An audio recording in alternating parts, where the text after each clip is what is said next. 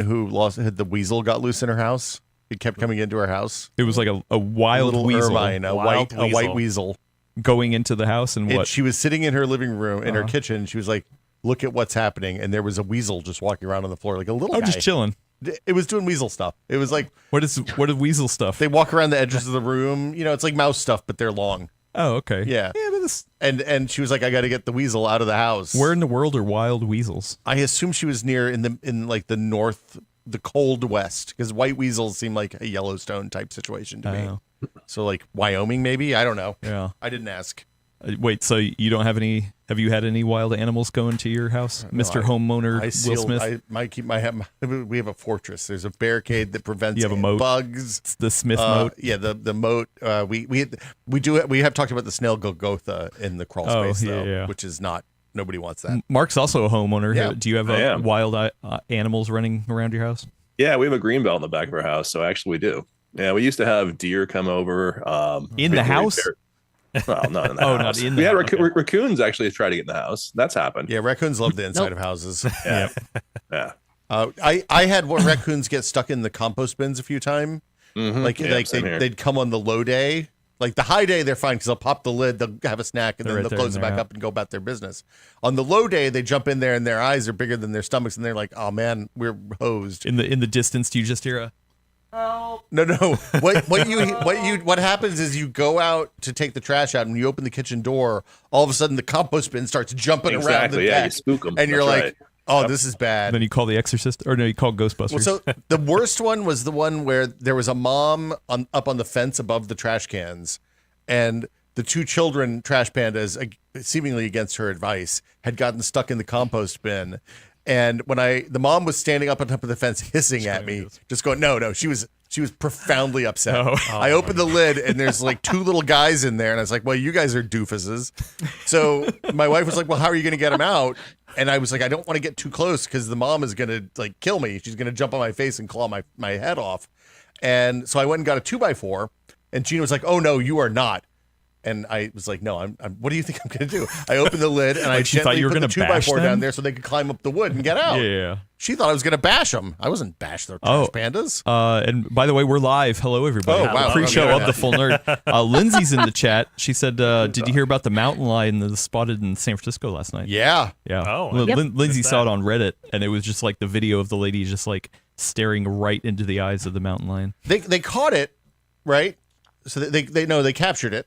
Okay. And I assume they're taking it someplace else, which my guess is probably Pacifica, where I live. Oh, yeah. Knowing how this usually goes. We'll have this Smith problem. So check your backyard, Will. So I guess I'll get to meet the San Francisco mountain lion in person in a day or two. I mean, it looked cute. It had big paws.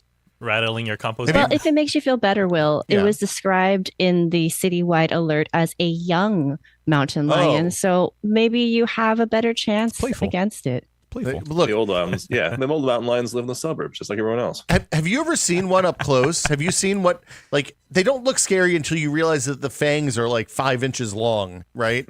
It's like, no, thank you. A 150-pound house cat is a terrifying idea. That's still pretty cute.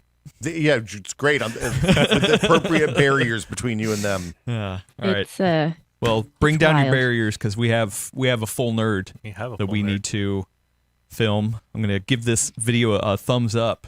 You should too. I just did it. I was number 12. Videos? Yeah, why not? I'm number 10. No, that's not how it works. You got to reload. I'm not reloading. True. All right. Yeah. How are the trash pandas in the stream machine? Oh, we got trash pandas now? I don't know. I mean, that would upgraded. Trash panda seems to be running hamsters just on vacation. Fine. Yeah. Hamsters like I'm too scared. But yeah, no. Trash panda today, it's running just great. Also, big gulps in the chat. Ooh, now I want a big gulp. It says, does this work? Can anyone read this? No. Sorry. Yeah. All right. Cool. We got some stuff to talk about. We got special guest Mark Hawkman. Hey, everyone. Live from his room. Yeah. To talk to us about some really good testing. Really good testing. I'm excited to talk about this. So I think we should just run into it. Yeah? Yeah. You ready? Yeah, sure. Why not? Feeling good? As good as I ever get. Okay. What's the intro? I don't know. You do this part. Yeah. You say, "Hey, welcome to Dual Boot Diaries. My name's Adam. I'm not a Linux expert." You go on. To welcome everybody to episode 383 of Dual Boot Diaries. Just kidding. No, Linux Talk. That's a separate podcast. That's Friday. All right, here we go. You ready? Here we Yeah. go. In this episode of The Full Nerd, 18A is a winner. Really. Yep. Is a winner? Is a winner? Oh. I call it a winner. Asking those questions. Spoilers. Only Adam can ask these questions. Yeah, there you go.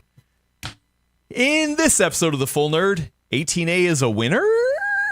Error Lake refresh incoming. And Windows 11 versus 10 gaming finally settled.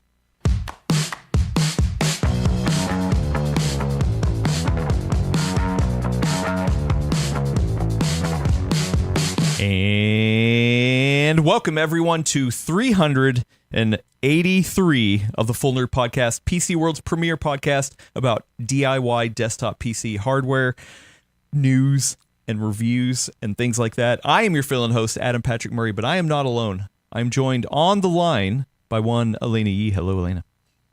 Hello. You have I just noticed you have is that a trash pan on your sweater? Or no? I think it is, actually. Wow.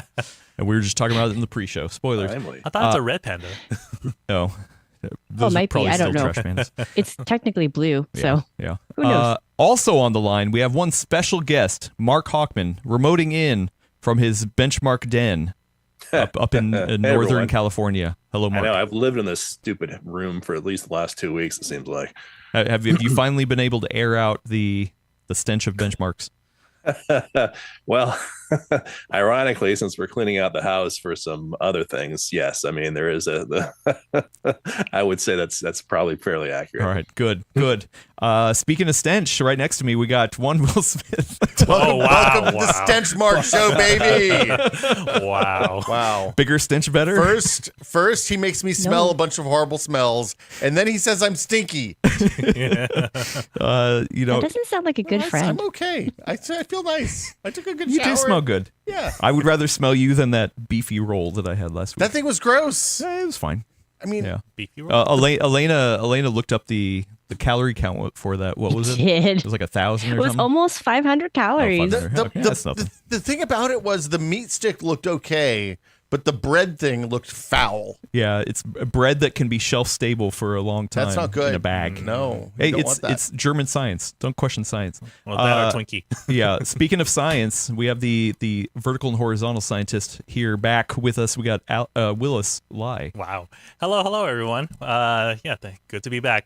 Did anyone catch Alex Honnold climb Taipei 101? That was awesome. Unfortunately, I did, and my palms and the bottom of my feet were sweating the whole time. See, I was worried about it, and then somebody on the internet was like, "Oh yeah, climbing the outside of a building way easier than climbing a mountain because it's like uniform." That's not what he said. And I was like, "Well, okay, good. I don't have to watch this. Turn it off." Yeah, that's better.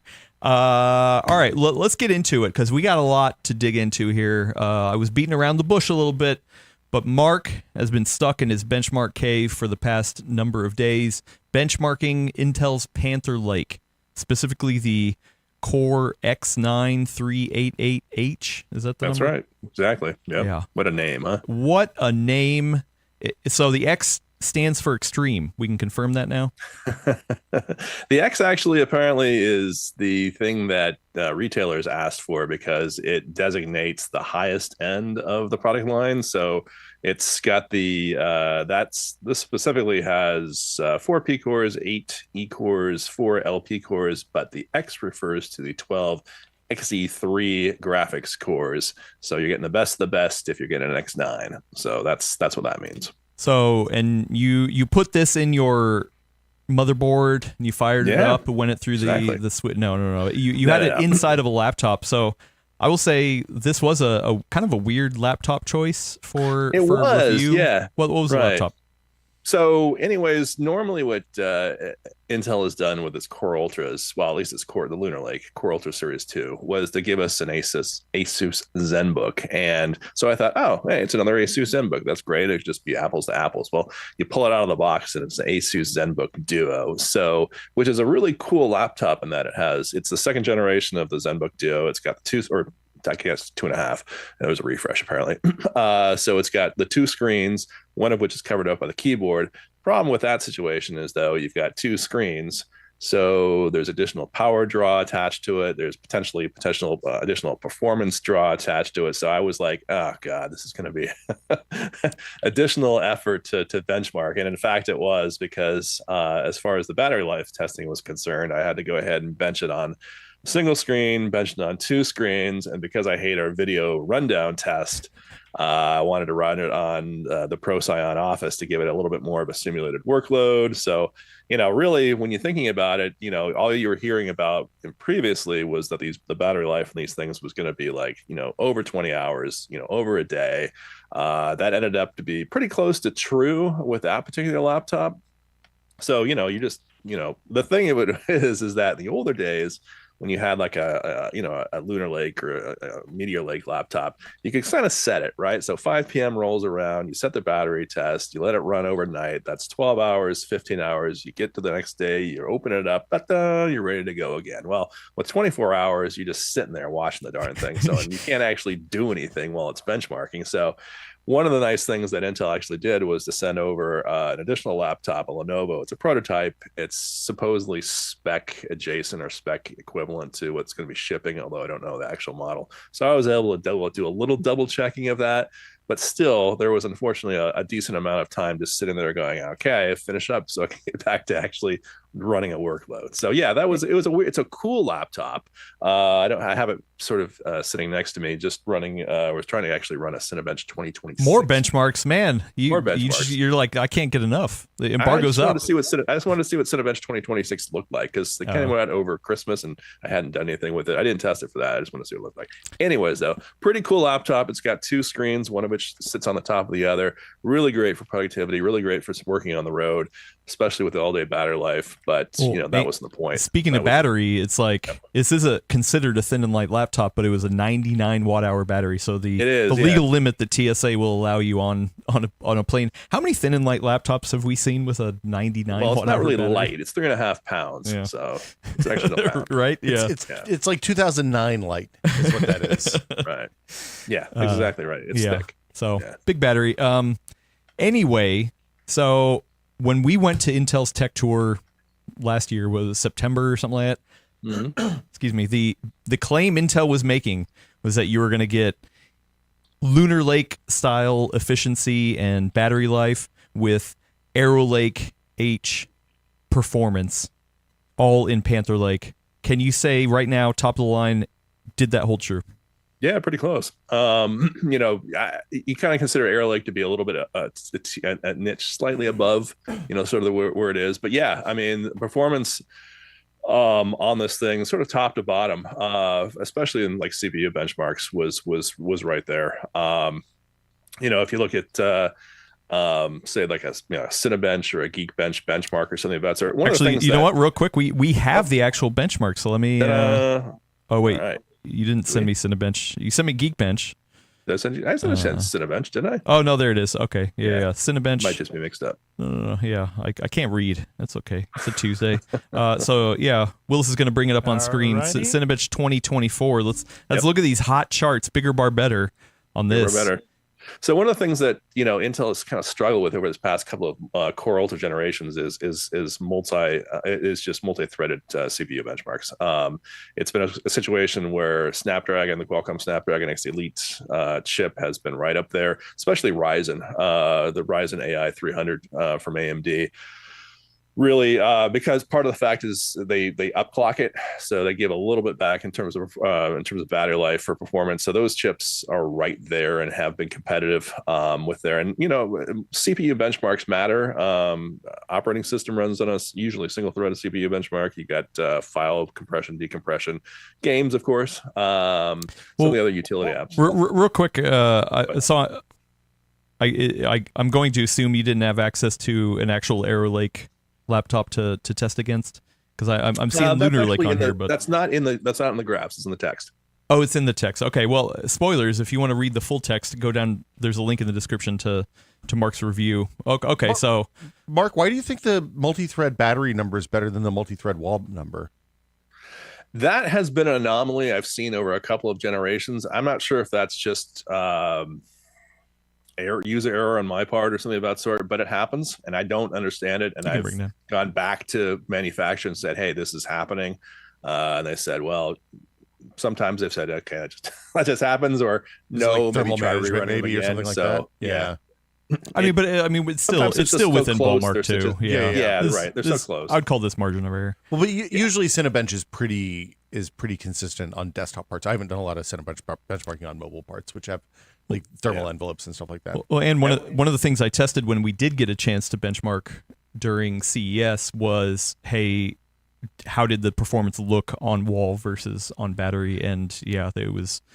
Because usually that AMD's like, oh, you know what? We think that when you unplug, you want to be a little bit more conservative off the wall. Intel's like, nah, actually, even unplugged, we want to give you the maximum amount of performance kind of thing. So it's almost like a weird style choice. But I mean, here it clearly shows still that whether you're plugged in or unplugged, Intel's like, nah, you still get full performance if you want it. Yeah, that's one of the things that I've tried to do in the past, and I'm not sure all of our competitors do, is to test a chip or a laptop both on wall power and on battery power. The reason that matters, and Qualcomm is fairly quick to point that out, is at least the Snapdragon chips typically run at full. They run at full speed, both in the plugged in and on wall plugged in and on battery power. The performance isn't always there, but they've certainly gone ahead and said, hey, this is one of the things that makes our platform better than the others. And I also run on the max performance settings, and actually one of the things I didn't really point out in the article, but is that but it's worth mentioning, is that sometimes the max performance settings make a significant deal of difference, and sometimes they vary in which benchmarks. In gaming, for example, it seemed to make a great deal of difference, not on the normal benchmark. So those all unfortunately take time. Sometimes they produce information that's useful, and sometimes they don't. But yeah, the battery life is obviously something that people are going to be interested in. And it's an important point, because one of the knocks on Lunar Lake, the Core series, the Core Ultra Series 2, is the fact that it looks great on a single benchmark. It looks great on a battery benchmark. But if you actually use it over the course of the day and you're going, just in real world use, the battery life isn't quite what you might expect. In fact, I brought a Lunar Lake laptop to CES just to sort of double check that in my mind. And, near the end of the day, it's running a little bit low on battery. And I plugged it in a time or two. So unfortunately, with something like this, I don't have a chance to really use it too much in the real world. Again, it's benchmark. But based upon what we're seeing here, I'm hopeful that it actually, some of the knock against the Core Ultras has been, will be put to rest.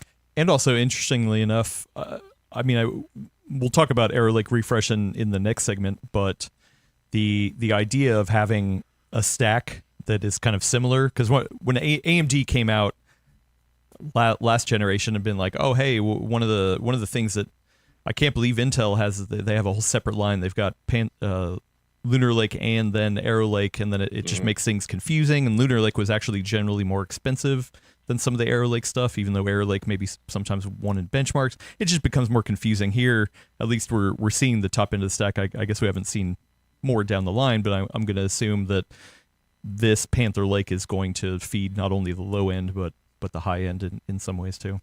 Yeah, it certainly seems like it would. I mean, I went into gaming performance and 3D graphics performance a little bit later, but they certainly excelled in that regard. I was going to say the big thing that stands out to me looking at your benchmarks from this is when Lunar Lake and the Ryzen AI stuff launched, it was very clear that there was a clear, like, hey, if you want decent performance and pretty good battery life, Lunar Lake's really good. If you care a little bit more about performance and battery life, then the Ryzen AI stuff is good. It seems like this is kind of crushing the Ryzen AI part that you tested, though, in these benchmarks. Well, it is and it isn't. I mean, remember, this is the last generation stuff. AMD, I mean, these are products. AMD is going to follow up with the Ryzen AI 400. They've already announced it, and we're going to see the Snapdragon X2 Elite from Qualcomm. And one of the things that's I think is important to mention, like in the CPU benchmarks, Qualcomm's already shown preliminary numbers that will probably beat Panther Lake. I don't want to say easily, but the numbers were above what Panther Lake was generating. It's possible that Ryzen will do the same thing too. Both of those architecture strengths were in the CPU benchmarks. So the race isn't over. It's just the fact that, unfortunately for them, Intel holds the dominant share by a ton, 80% of the market, laptop market, essentially. And they're first out of the gate. That gives both of those, it puts both those other companies at a fairly significant disadvantage, in my opinion. Is the Ryzen AI refresh going to feature, is it still RDNA 3.5 or is it going to be 4? It's 3.5. They're 3.5 definitely on mobile, right? And APUs. Yeah, I think they've said actually that 3.5 is going to be. Well, I'm not sure if they've said actually. It was a leak. There was actually a leak. Came out today. 3.5 was going to be the architecture for the near future, or at least for low end mobile. APU. Yeah. Right. Yeah. Boo.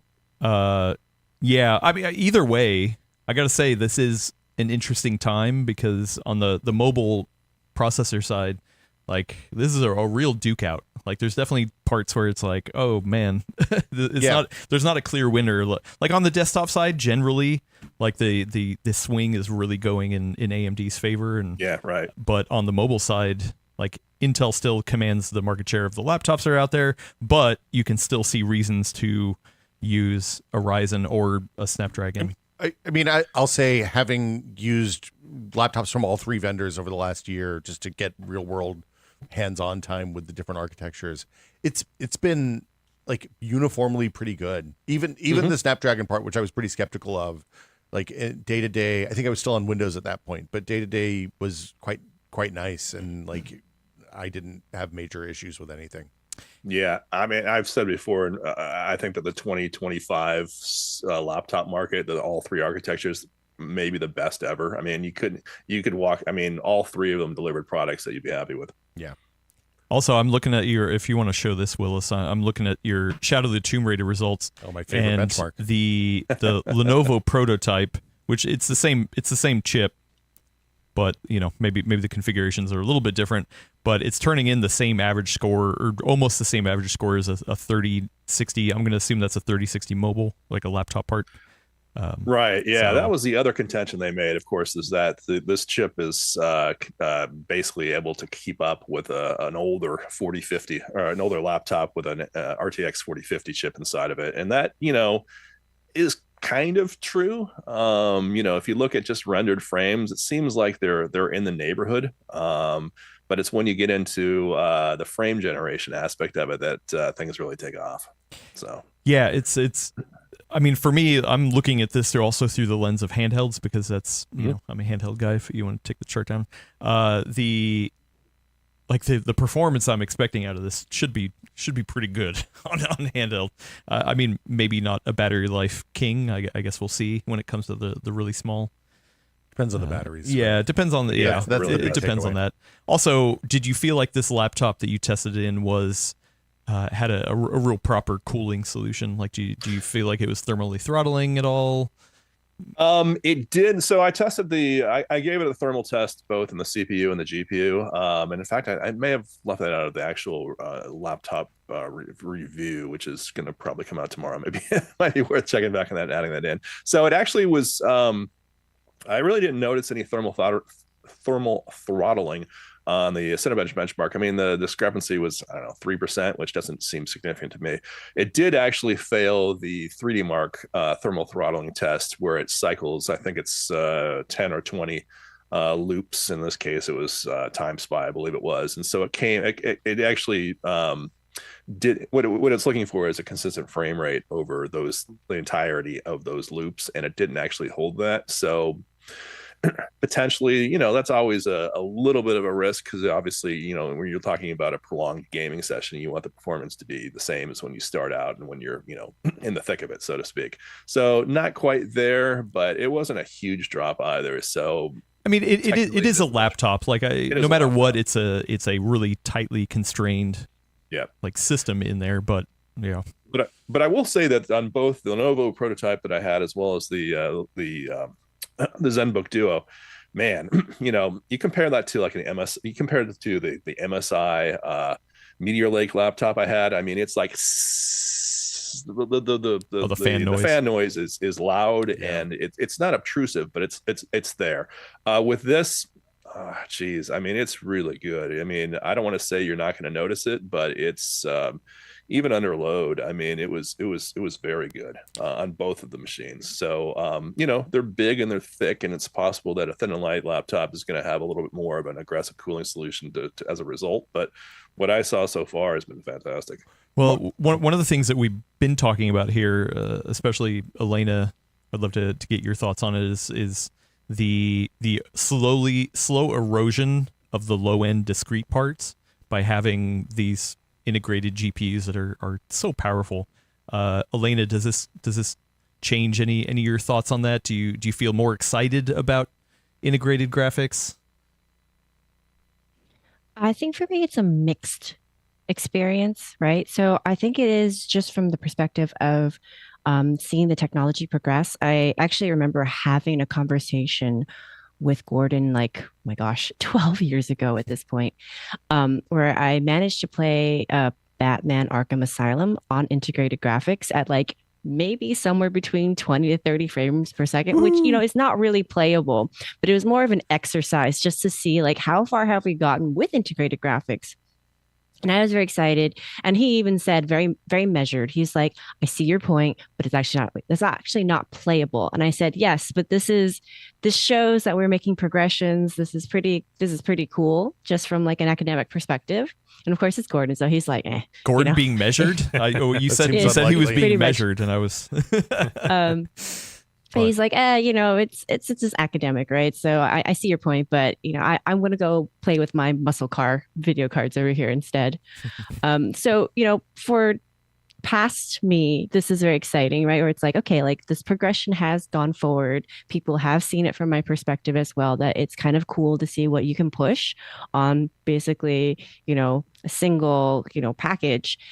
But I will say I am sad about the idea, though, that practically speaking, if they're doing that, they have no incentive to actually really put a lot of effort, or resources is a better word, resources into discrete cards for the low end, which means it limits the choices. I'm in favor of more choice, right? Like I would love to see some really solid discrete options as well, for some people. And then for people who do want something like this in a laptop, or, maybe even something like Intel's, former gaming style NUCs, that's really fun too.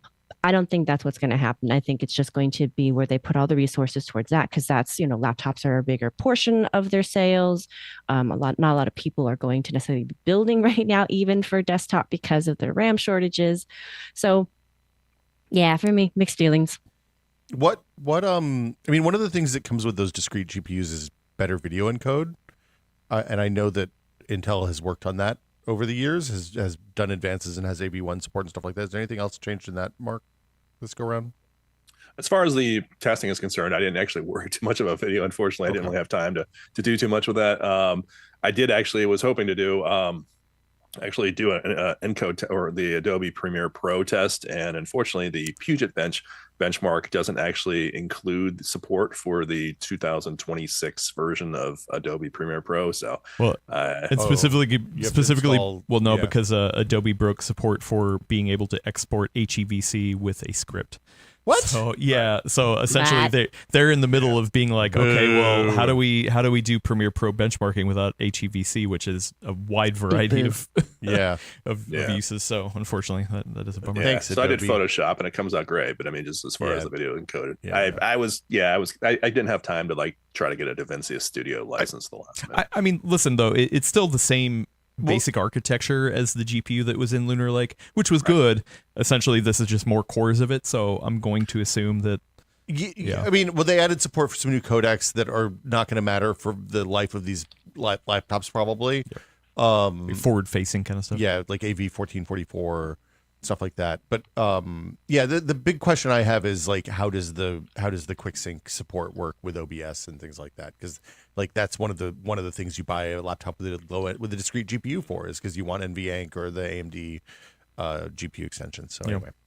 But to address Elena's point too, I mean, we've all been seated with these really super high end. This is the top of the line, H processor and so forth. So there's a whole cadre of products out there in this particular lineup that doesn't have that to go along with it. So, I mean, there's still obviously room for, game manufacturers to say, hey, look, we need to design for lower end hardware. And, I think they are doing that. I mean, Cyberpunk is really just so tolerant of so many different, presets and architectures and so forth. It scales, It scales very well. Yeah. But I mean, actually it's funny because, the Tomb Raider games, they don't have support for, XeSS or any of that sort. So, there is going to be, I think, again, this weird tier of games, older games that, are going to be a little bit too much out of reach of these, this new generation of laptop processors, but aren't going to have support for the AI frame generation that, some of these newer games have. And that particular feature is going to elevate the, these low end laptops into something that can, conceivably play a game or two, depending upon your, tolerance for these things. Guys, I just want to point out that Cyberpunk is now more than 5 years old, and I don't think we can call it a new game anymore. Yeah, well, wow. Okay. Came out in December. Well, I mean, but they 2020. still update. They They still do a lot of. They've done a updates lot on of it. updating, and they've added a lot of features, and like path tracing came out 2 years after the game released, and a bunch of other stuff. But it's an old game. I refuse. I refuse to believe that it's been 5 years. I'm sorry, I got bad news. Wow, for you. the big cyberpunk hater Yeah. here. Big Will calendar Smith. coming for Yeah. Elena. CD Project Red. Yeah. You better watch out. More Will's like CD coming for you. Project Dead, am I right? Oh, got him. Roasted. Dang, roasted. Wow.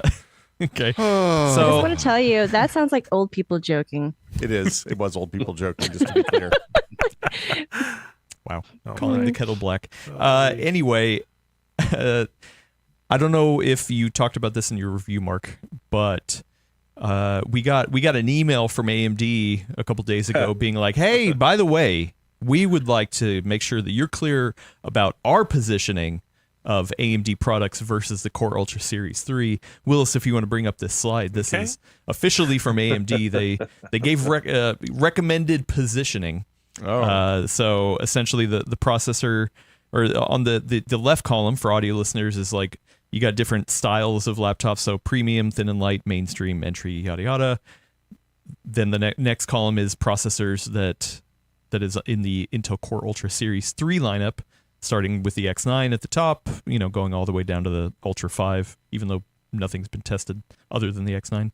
And then the next column is AMD Compare, meaning this is where they think that it lines up in the stack. And hey, surprise, the rest of the answers for this is pretty much either AMD wins or it's similar, except for there is a couple. This is a graphics really losses. weird thing to release, man.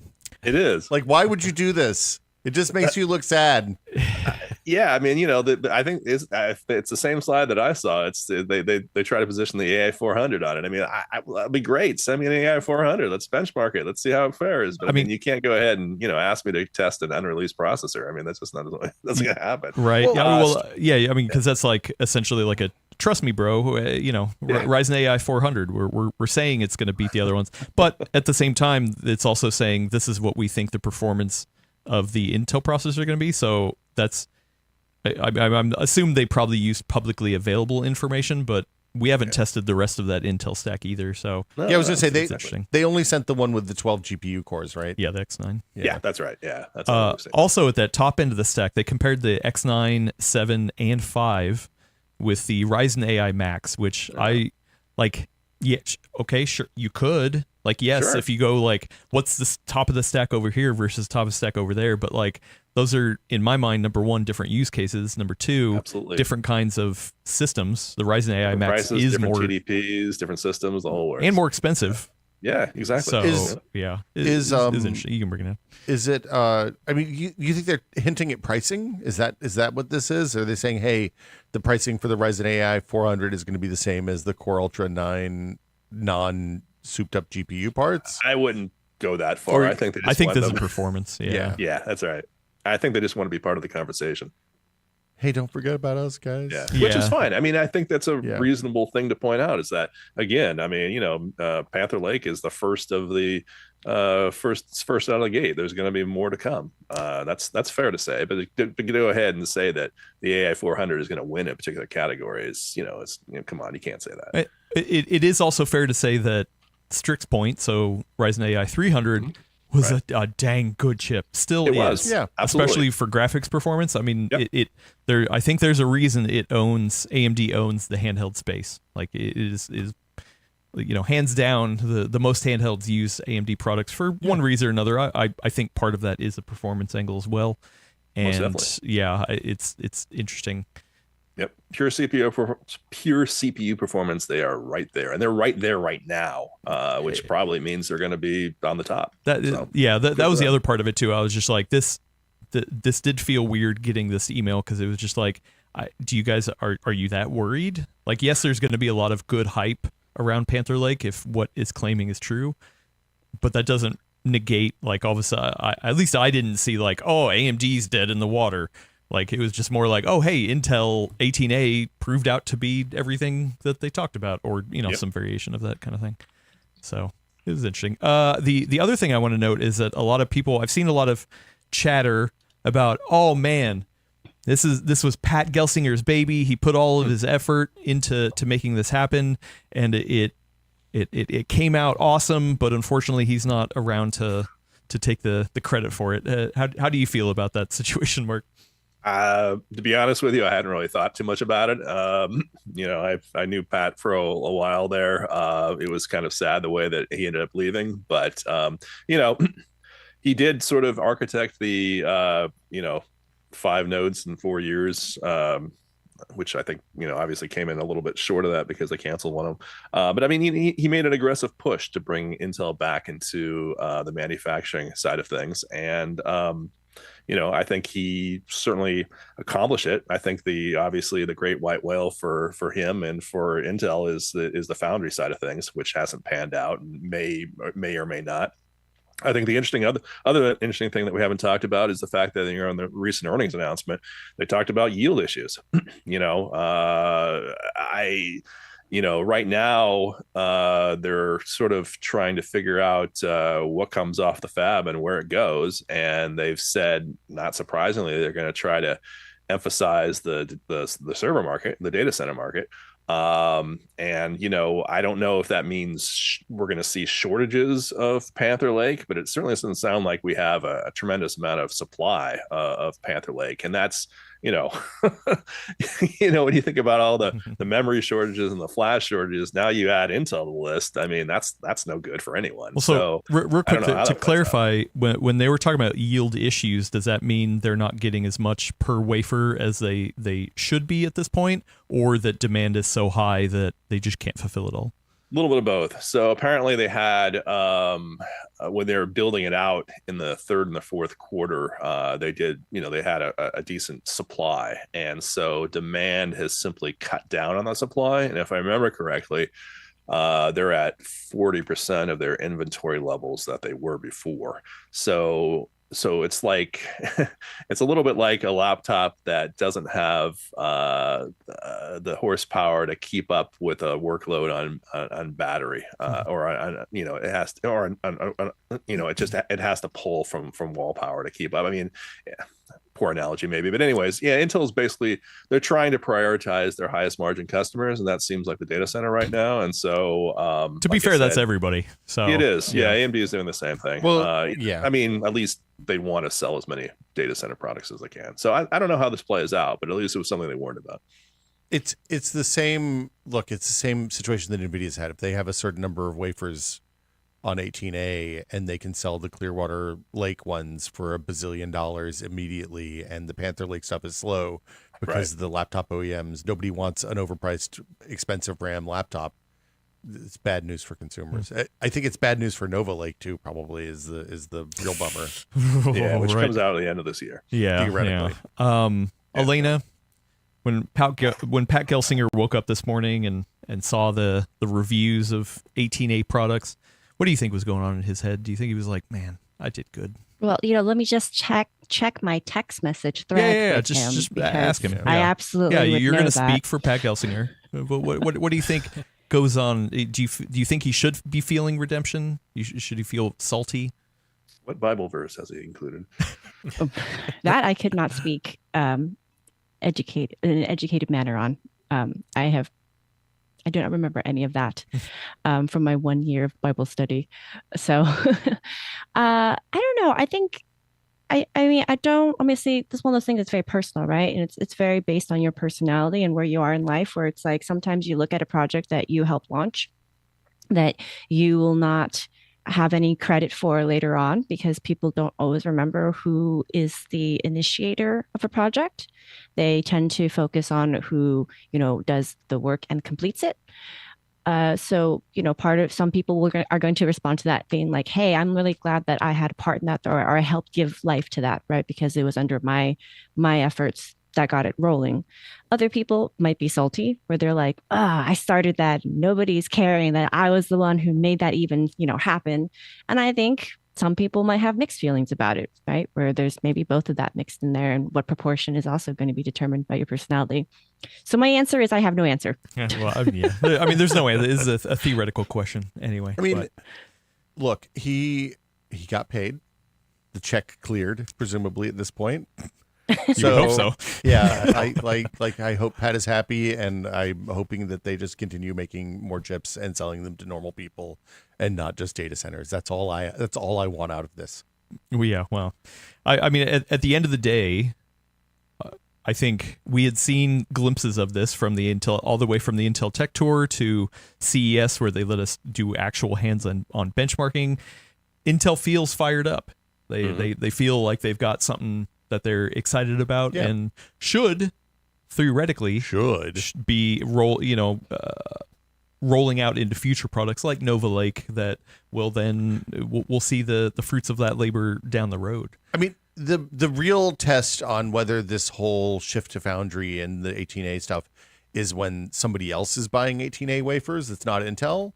And we haven't seen that yet, right? Nope. Like the NVIDIA partnership hints that that's possible, but no announced products, nothing in the pipeline that we're aware of. I think they've done some proof of concept ARM wafers and stuff like that, but not anything that's a commercially shipping product. So until that happens, I don't think Pat has won. Well, maybe the sales team at Intel right now is just the phones are ringing off the hook. They're like, oh, hey, I want to get some 18A. This looks good. Give me some of that 18A. Look, I think if you're an OEM, if you're somebody who builds chips, and you want to sell stuff in the United States, you're taking your bets on how long tariffs last and whether your product is shipping before or after the midterms.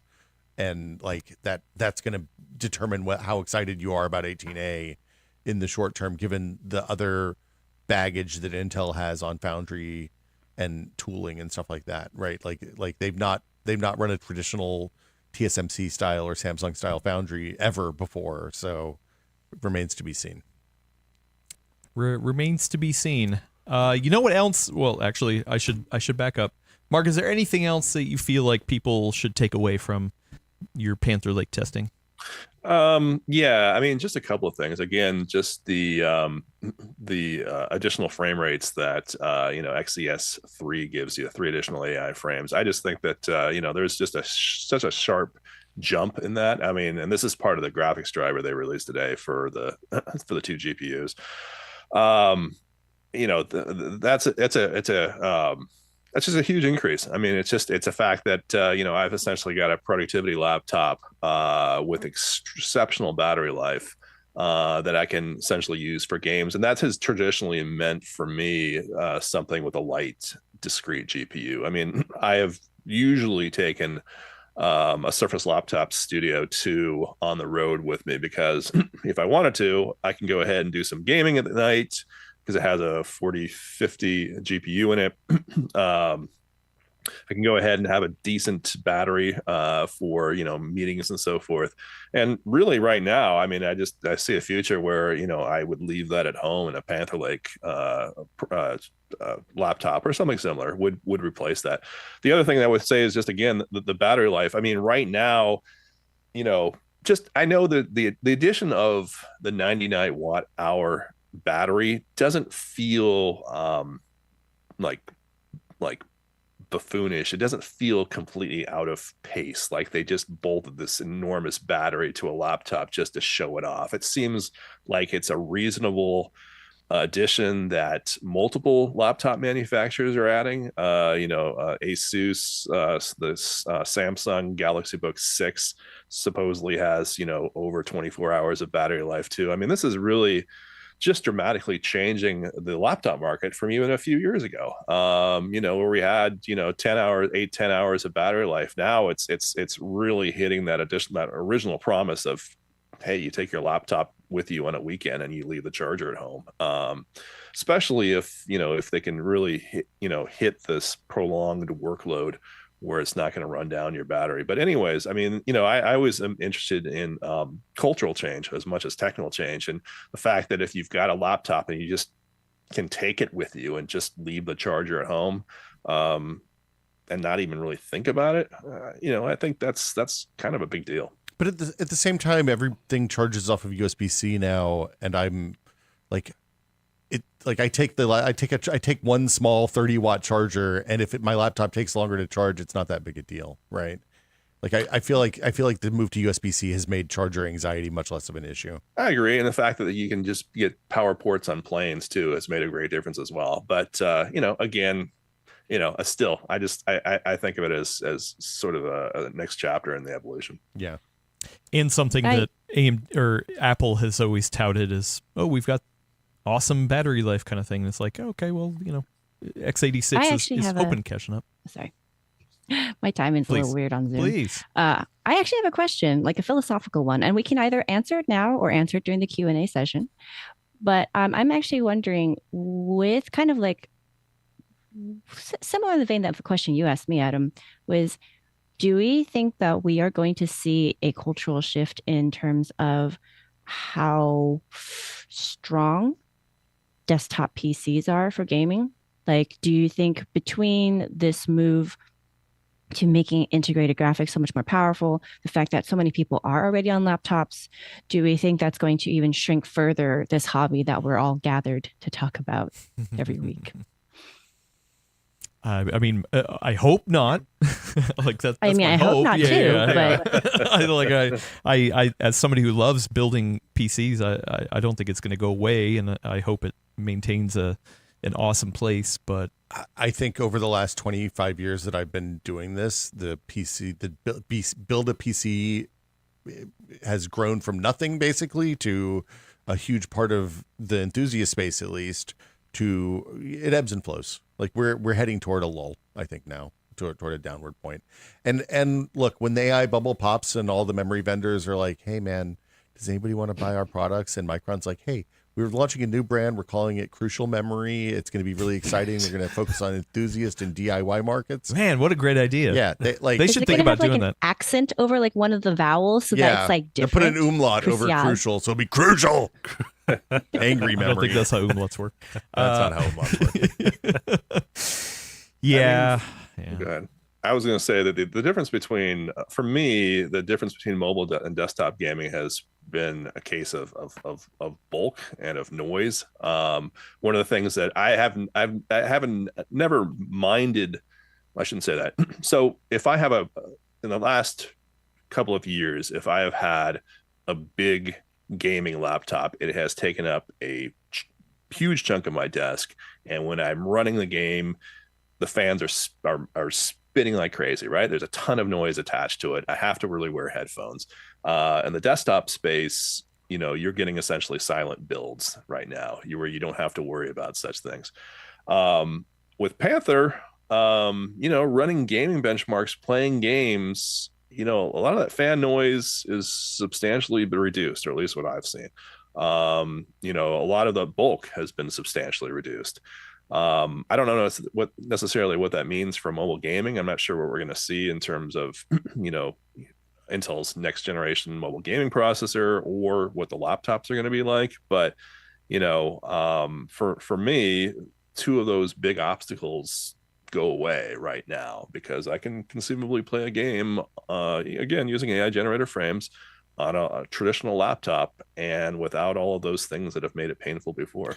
Mark, how was the latency on the AI generated, on the multi-frame gen on the Panther Lake? Did you try it with mouse and keyboard, or just a gamepad, or just benchmarks? Didn't test it. Okay. Yeah. Elena, I think one of the other things, to go back to your anecdote about you showing Gordon Batman, whichever version of Batman was running on a laptop, I would say, yeah, back in the day, it's like, oh, if you wanted to game on PC, desktop was the way to do it. Laptop was not like the main factor of playing PC games, but now like I think it's legit. It can be done. People do it all the time. Like, especially for handheld too. I wasn't even showing it to him on laptop, actually. It was just integrated graphics on a desktop because laptop definitely wouldn't have been capable of it at that time. Oh, right. Yeah, so yeah. like we've seen a huge progression, right? So now we're actually talking about integrated graphics on mobile parts, right? So that's already different. I think for me, to even answer my own question that I posed to the group, is that I am actually really interested in seeing how much this influences the further rise of mini PCs, just because I think that's the sweet spot between laptops and like full DIY Lego your way into a gaming system sort of thing. Because I actually mostly play these days on an basically a mini PC that has an not integrated, but like it's just like soldered on to 2060. Because I'm just playing like, games that are actually designed to be played on potatoes because they're massively multiplayer type games, right? Like it's not really a big deal. I get the frame rates and at the resolution that I want to play at, and it's quiet. It doesn't take a lot of footprint on my desk. It's pretty nice. I don't actually mind that it's not upgradable, but that's also because I have like, a bajillion other systems that I have like lying around the house if I need that power. So I'm definitely like not a typical use case for most people. I think I'm not atypical though for the people who are listening and, hanging out with us right now. But even still, I could see like both laptops and mini PCs kind of taking over and like encroaching on like space where like people were building during the pandemic and kind of doing it for fun and using it as a way for self-expression. So, yeah. But if everything online is, as we said, enshittified, why would you want to be online? So maybe you don't need to be staring at your beautiful PC all day. You just stop, play your games, go back outside, touch grass, shovel snow. Apparently, that's what the kids say. Yeah. Or you should definitely not be online looking for any hints of unreleased products or future products. So let's move over to the next one. Yeah, segue. It's not a great segue. Yeah, this is fine. I could have done better. Fine. Anyway, Air Lake refresh has been talked about. There's been murmurs of it. Been mentioned. We've been mentioned and then what was this over the weekend? I saw an article from WCCF Tech. Asus confirms its 800 series motherboards will be BIOS ready for Intel Air Lake refresh processors this month. So this happens a lot where a motherboard manufacturer, especially if it's using the same chipset, says, "Oh, hey, you know what? We're going to go ahead and make sure that we're compatible with future releases." And Asus, somebody in the marketing department was like, "Oh yeah, go forward with this." I don't know if this is Intel sanctioned. Who knows? Maybe they got a call later being like, "Dude, what are you doing? You broke embargo here or something." But either way, this is a very concrete evidence that Air Lake refresh is coming, and probably sometime soon. If a major motherboard manufacturer is coming out and saying that. It's interesting the difference between the Asus leak last week where they were like, "Hey man, we're just not making 5070 Ti's anymore," and then NVIDIA was like, "No man, tell them you're making 5070 Ti's. You're still making 5070 Ti's." And this one where they're like, "Hey, Intel's got new CPUs coming." There's no retraction. There's no like, yeah, Intel called us and we're like, "This isn't like nobody's talking about. I don't know what you're talking about. This isn't a product." So yeah. Good job, Asus. Source of leaks, I guess. Yeah. Who was it? I guess Gigabyte was showcasing an Air Lake refresh compatible motherboard at CES. I didn't see it, but I also wasn't looking for it. But I mean, we already know that if it's a refresh, it would be drop in ready with a BIOS update. I'm going to assume. Just crank the amount of power that goes into them, and it's going to be great. You'll get more speed out, and no downside, no consequences. This also could apply, and I think it will apply to laptops. We didn't hear of much about Air Lake HX refresh at CES. Did you, Mark? Not a thing. Nope. Yeah. And I would assume. I mean, you would assume that such a part is waiting in the wings, but you obviously don't want to go ahead and steal any of the thunder from Panther Lake right now. So, you know. I mean, especially if it's a refresh and they're like, oh, hey, it's a little bit better, you know?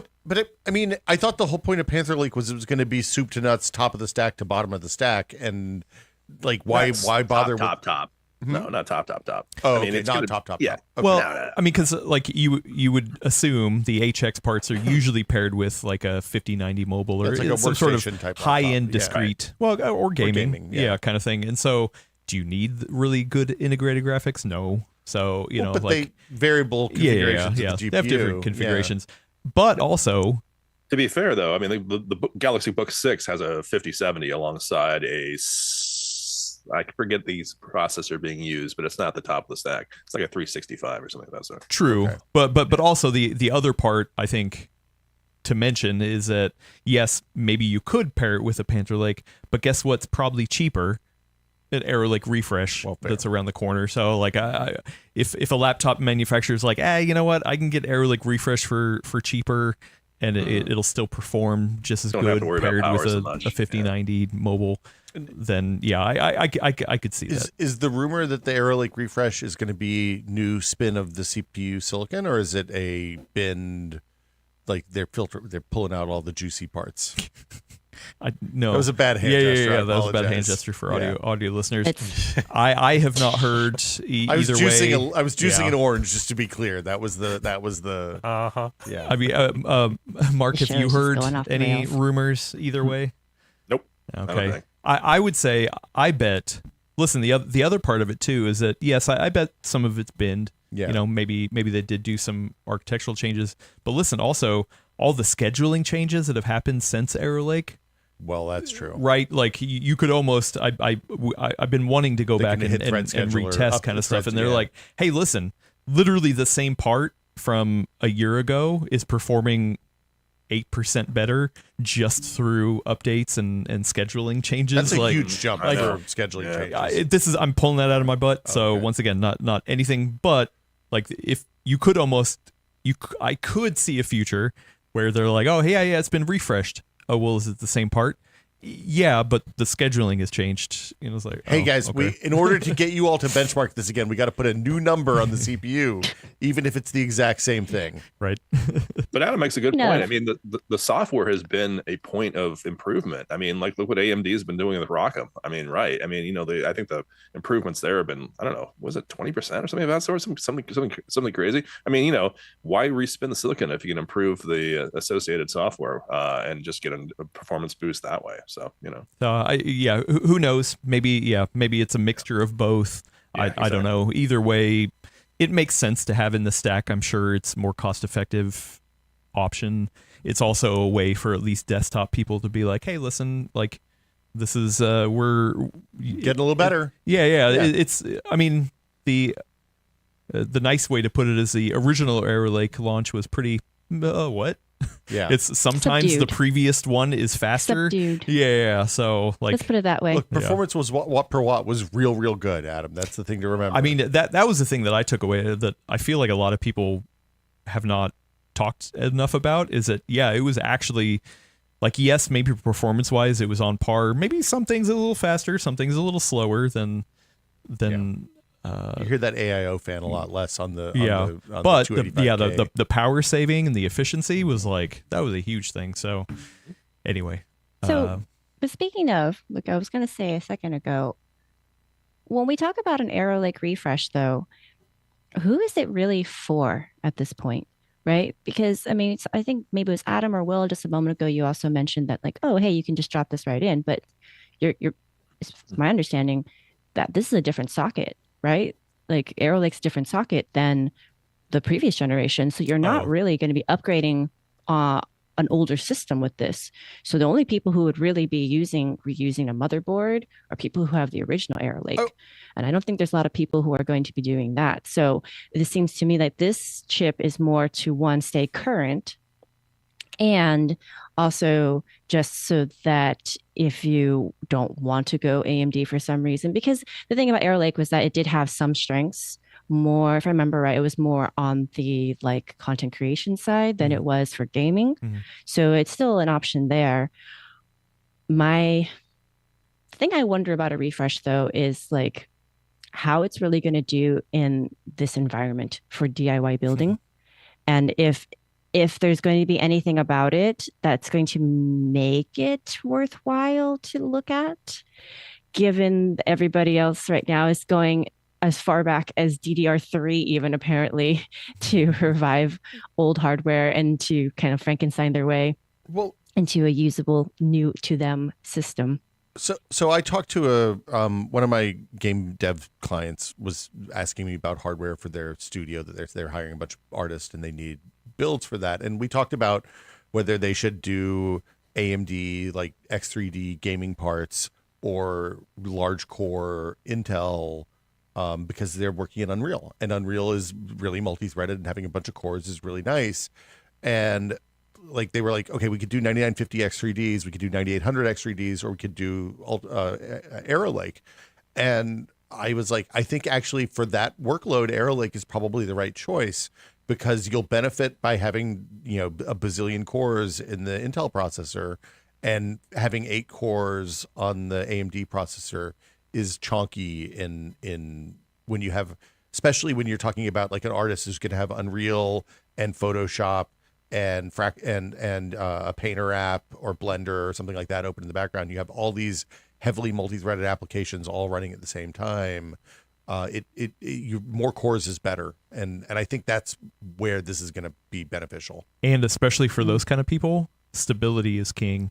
And I've heard reports that Arrow Lake is like old school Intel stable. Like I have not had that experience on that streaming machine on Linux, but that could be. Yeah, it's difficult to lock down exactly what the problem is. I mean, especially when Raptor Lake was dying left and right. Well, I mean, that's the thing. That's the thing is the studio. The people we're talking to were at a large publisher, spun off, made their own studio in the time between when all of their Raptor Lake machines were dying at their big giant AAA company. And it wasn't a problem because they just go to the Raptor Lake cabinet and grab a couple more CPUs.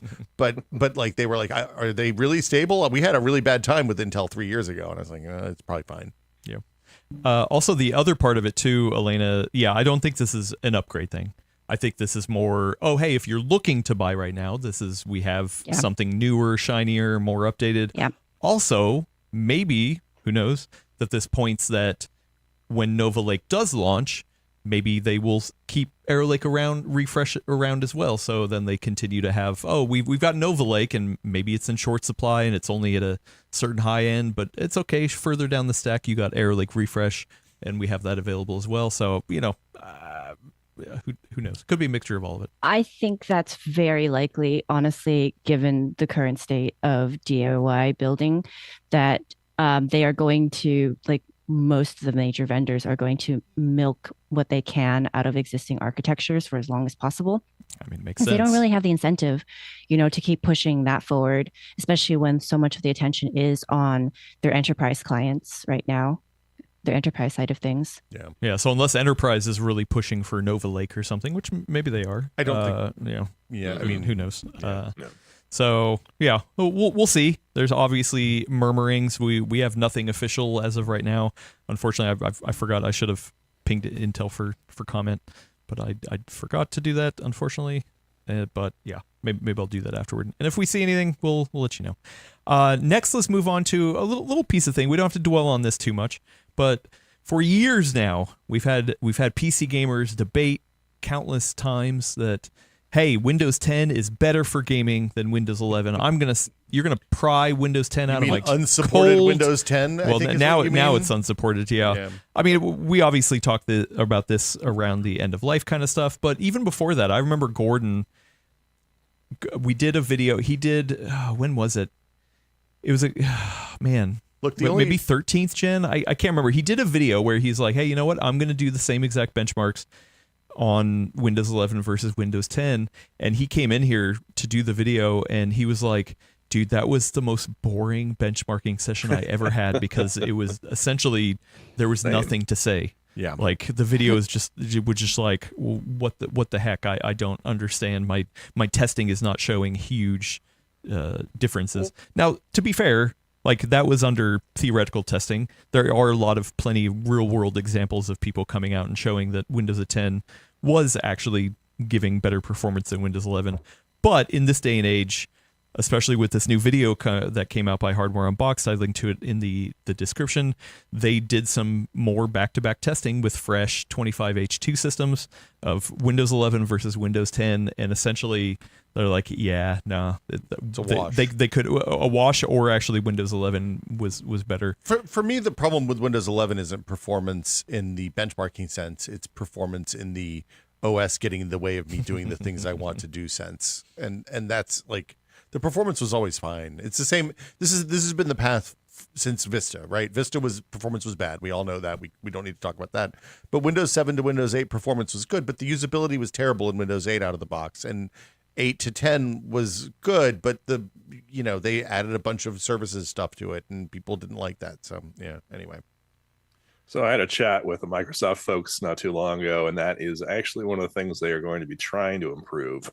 How they're going to do it, I'm not sure, but performance is on their radar for 2026 I bet they're well. How? Look, are they doing the 8 gig version of Windows? Is that what the 8 gigs of RAM? I don't know.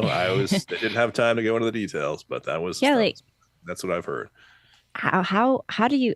I don't think they get, because they didn't go into details. Obviously, you don't have this information. But as someone who's covered Microsoft and Windows so extensively for so long, what would you estimate their definition of performance in this context? Well, for me, I hope it would be something along the lines of trying to emulate the responsiveness of Mac OS, because that's always had a reputation of being just fast as heck, because, it's they own the chips, they own the OS. Microsoft doesn't obviously have that same relationship. However, they've made, they've put enormous resources into improving Windows on ARM. And so I really have seen that. It was a question I didn't actually have a chance to ask somebody over there, but I mean, I always saw that particular work as analogous to what Apple's been doing. They want to take an ARM machine, they want to make it as responsive and performant as they can, along with all the goodies that go along with that, battery life and so forth. Again, that's that means nothing to the established world of x86 and gaming and so forth. But for some reason, they seem very determined to make that architecture work, and I don't necessarily think it's a bad thing. It just seems like that's their focus. Alongside, of course, AI. I mean, they're being pulled in so many different directions. I didn't have a chance to. I mean, I could have talked to them for hours about various things, but that was just the message that they wanted to get across. Was, hey, we hear that we want to improve performance. That's one of the things we're working on for 2026. And AI is going to help do that, you think? AI is, that is, I mean, we can go down that road too. No, we don't. It's like it's, I don't even want to get started on that. Well, friend of the show, Tactical Tug in the chat says, how to improve performance on Windows. Step 1, remove Windows. Step 2, install Linux. Right? Step 3, performance. Makes sense. To be fair, it's presented as a joke, but one of the things that we hear a lot doing the dual boot diaries and going on our own adventure in Linux, and I know Elena's on this train too, is that if you're looking to have older hardware that you like, that still works just as well for your needs, that Windows 10 cutoff point did hurt a lot of people, and they're like, looking at older ways, and Linux is it depends on the distro and what you're looking to do and stuff like that, but you could load something on and give longevity to hardware that Windows has left behind. So like, I've seen a lot of videos about people turning to Linux for gaming. Bazite, I guess I'm not sure if I pronounced it correctly. We call it baked ziti no, we around don't. here. That's not a real thing. Baked ziti. Hey, baked anyways, ziti. more videos as far as replacing Windows with Linux. It seems like it's more common now than it has been in the last few years. The thing to me that always surprises me is, I have a big giant desktop. I have a relatively nice current laptop. I'm always shocked at how low the RAM usage is on the Linux box. Even with 64 gigs of RAM and a bunch of tabs open in Firefox and games running, it still caps out at like 16 or 20 gigs of RAM used on the Linux side, which when you look at like what a normal Windows idle, like I'm running full load at what my Windows install is running at idle. And last year, this time, that didn't matter. This year, this time feels really like RAM usage suddenly seems much more important, because I really do think we're going to see, especially at the low end, people shipping some truly unfortunate RAMs configurations if the RAM prices don't come down this year. Yeah, I mean, as one of the things, I think, Mark, you saw my interview with the CEO of Gigabyte. Unfortunately, I had a really limited time to chat with him, so I was trying to get as many questions in as I could, so I didn't have time to follow up on stuff. But one of the things he was saying was like, and actually I did hear it from a couple other vendors as well, is like, hey, listen, maybe the memory configuration in this gaming laptop we used to ship with 64 gigs just because now we're shipping with 32, because I mean you're not actually it's not harming that much performance, or even 32 to 16. Like how much are that's you the actually? thing I think we're going to see is the 32 16. Right. Yeah. Yep. So like I think there's definitely a lot of like looking and testing it out, and if Microsoft can come out and be like, hey, Windows works better on 16 now, even though I mean they support technically 8, I think is all you need for Windows 11. Right. It was like, come on. Like, But the thing is that in practice, right? This is something that I think we've talked about even on the show before. My unholy preference for multiple browsers running at the same time on Windows 10, 32 gigs works fine. I'm noticing that on Windows 11, it's just not the same. Like it doesn't, it like starts hitting maximum capacity much faster in what I assume are the same browsers, because like my understanding is that the code is basically the same for both of these with maybe some different optimizations.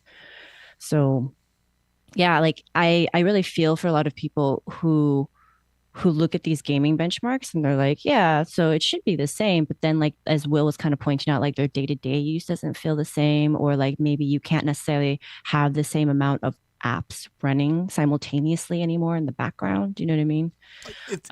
It's like, I don't actually recommend people upgrading off of lower RAM systems currently, as long as we have this kind of like extension on life sort of thing. For me, it's not, because I had to switch back to Windows yesterday for some other work stuff. Oh, and oh no! Wow! Say it isn't oh so. man, are we going to talk about this week? Yeah, we can talk on about it this Diaries. Week. It was shocking how slow the basic UI stuff is, and I know that a lot of that is a tuned choice, but like hitting the Windows key and waiting for the start menu to pop up on a machine with a 9800X3D and 64 gigs of RAM is offensive, right? It doesn't. That computer should feel like it's on fire all the time, and it doesn't. And it's a clean, like it's a relatively new Windows install, all that stuff. It's just they have a perception, and it's one of the things that we hear from people who switch to Linux all the time is, wow, this computer feels really fast all of a sudden. And it's stupid stuff like the time that it takes the start menu to pop open, or the launch menu to pop open, the time it takes to open a new Windows, and like getting rid of that lag is. When I hear Satya Nadella talking about how we're going to fix the problems with Windows by adding more AI, that is not the answer to the problems that I have with Windows.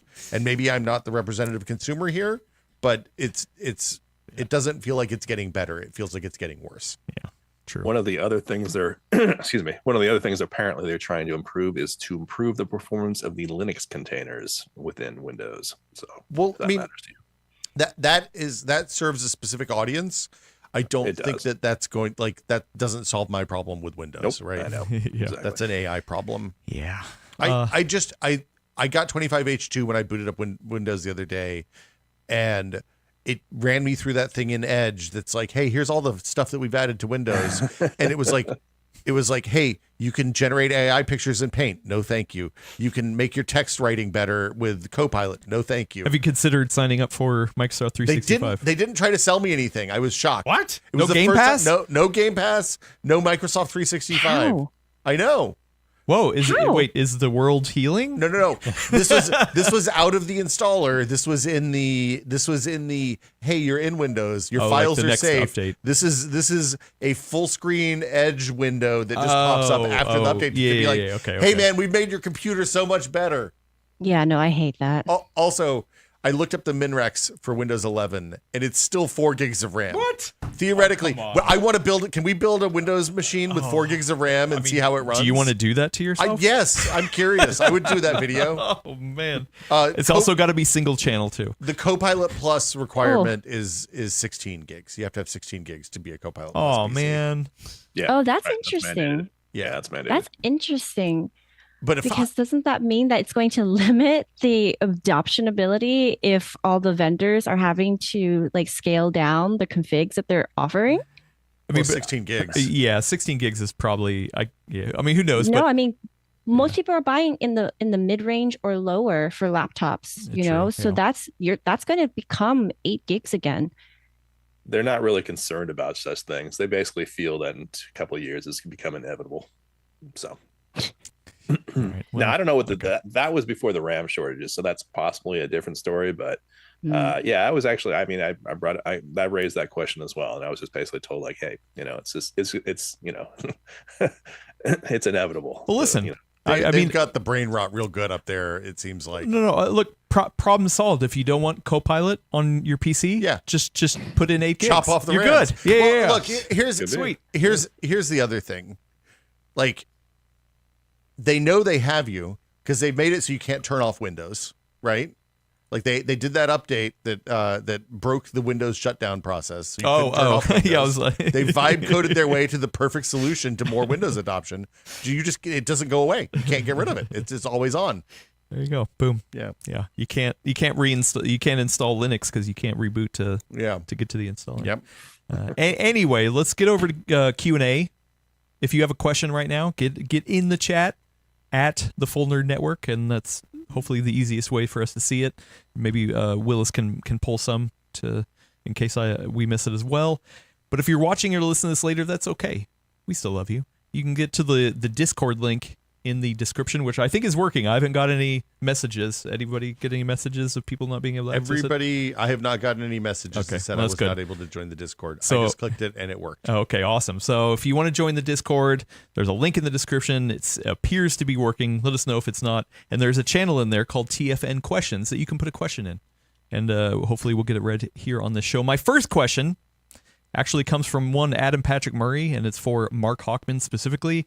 Mark, do you think Windows 12 or whatever the next iteration of Windows is going to require a base level of Copilot MPU? Yes, you asked that before. I think like I said, I think it's become I think it will, only because it'll be inevitable.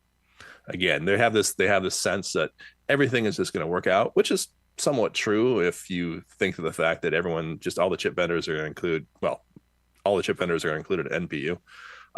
You know, again, we're not going to necessarily see that if we see an HX in gaming, but they basically, yeah. I mean, I think it will be.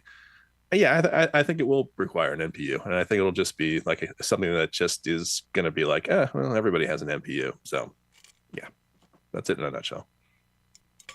But you know, no chat about Windows 12 anytime soon. Obviously, we're on 26H1, and 26H1 is really not for general usage. It's for basically, you know, ARM processors that are being tested right now, is my understanding. So, you know, it's kind of, you know, kind of a moot point, I guess. So for right now, anyways. Yeah. Well, I can see that, like, that same uproar around Windows 11 requiring a TPM module and specific hardware right. requirements. There's a lot of people are like, dude, my laptop is perfectly fine, but it doesn't have the requirements for Windows 11, so I literally can't use it. I could see that if the NPU thing becomes a thing.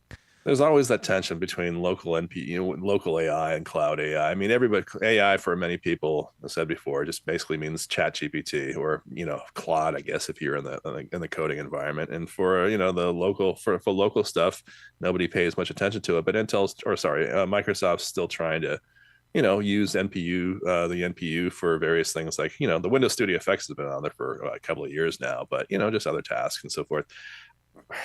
I don't know. I mean, like, my reviews, I've kind of started to downplay it a little bit more, just because, I mean, it's like, what people are using AI for on their PC is AI art generation, as well as, the people who just want to have a local LLM.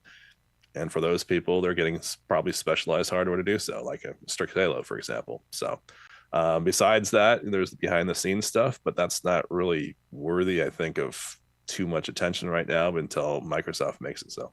Okay. I have a question around the Panther Lake testing, or I think it applies because you were testing recently. Sure. Lucky Noob OC, it's an overclocked Lucky Noob. That's great. Asks, what do you guys do to measure NPU performance these days? So did you do any specific NPU performance? Yeah, there's a few things that you can run. So there's the ProCyan Vision test, which basically looks at some various ML languages and just sees how it performs.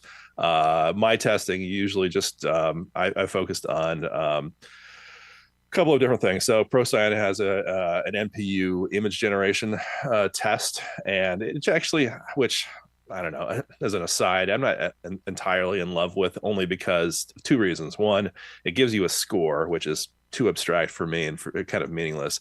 It doesn't actually give you, you can dig into it. It doesn't actually give you the image generation possibilities, but it also tracks it. But it also allows you to run the test both from an NPU standpoint and from a GPU standpoint. And, I guess my take on it is like, the GPU is right there. Why would you rerunning an image generation on an NPU when a GPU is right there? Because most people don't really care that much about power and efficiency anyways. Well, and right now, oh, sorry, Mark. Go ahead. Sorry. No, that's fine. You go ahead. No, I was just going to ask, like, is there any kind of, my understanding is that there's no scheduler built into Windows for NPU, basically, and Windows is reserving the entire thing.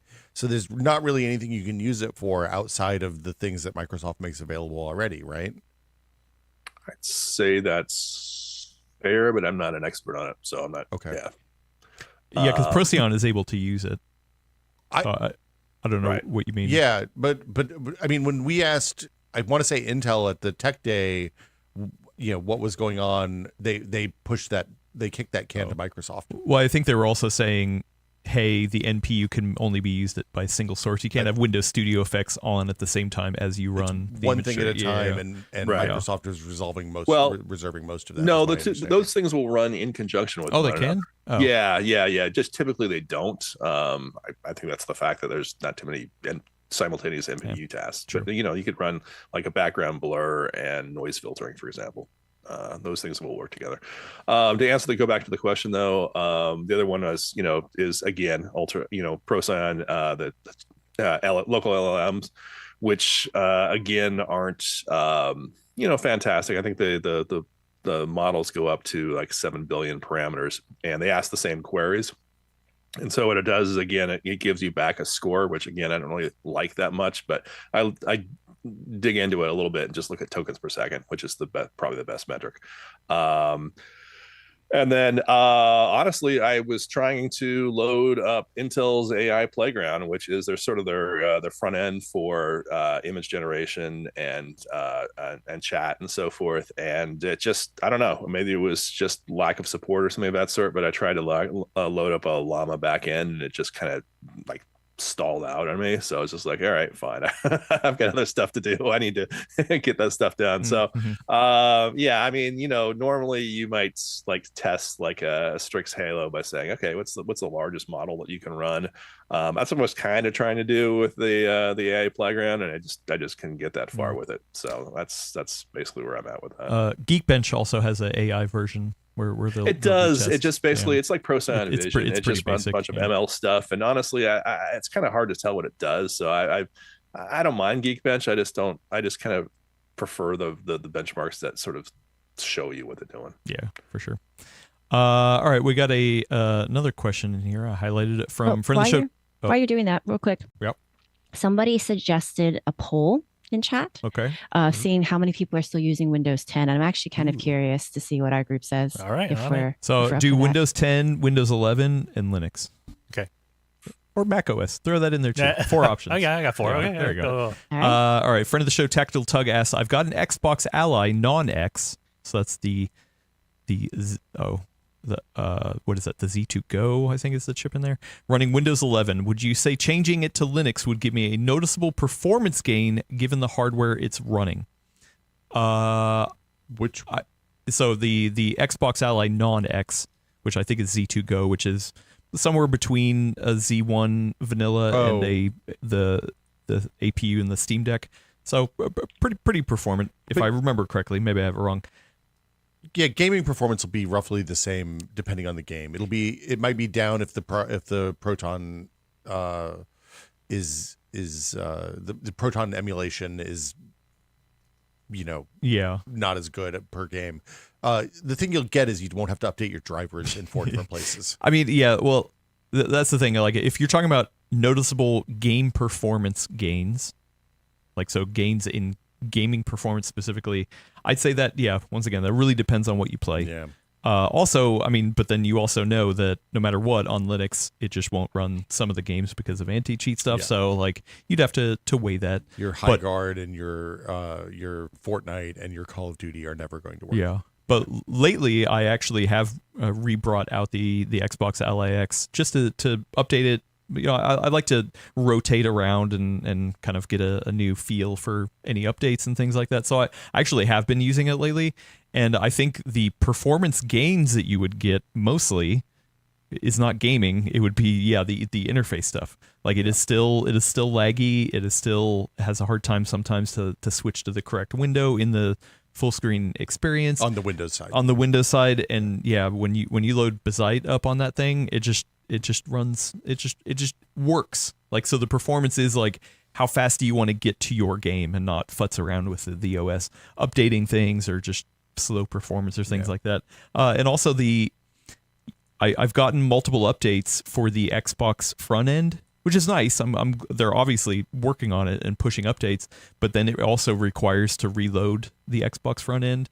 And so like it feels weird to have everything so piecemeal in terms of updating. Yeah. Especially now on Linux when it's like, oh no, if there's an update, you just one button right in the drivers Steam thing. Yeah. And Proton, Steam, OS, everything. Yeah. So like, yeah.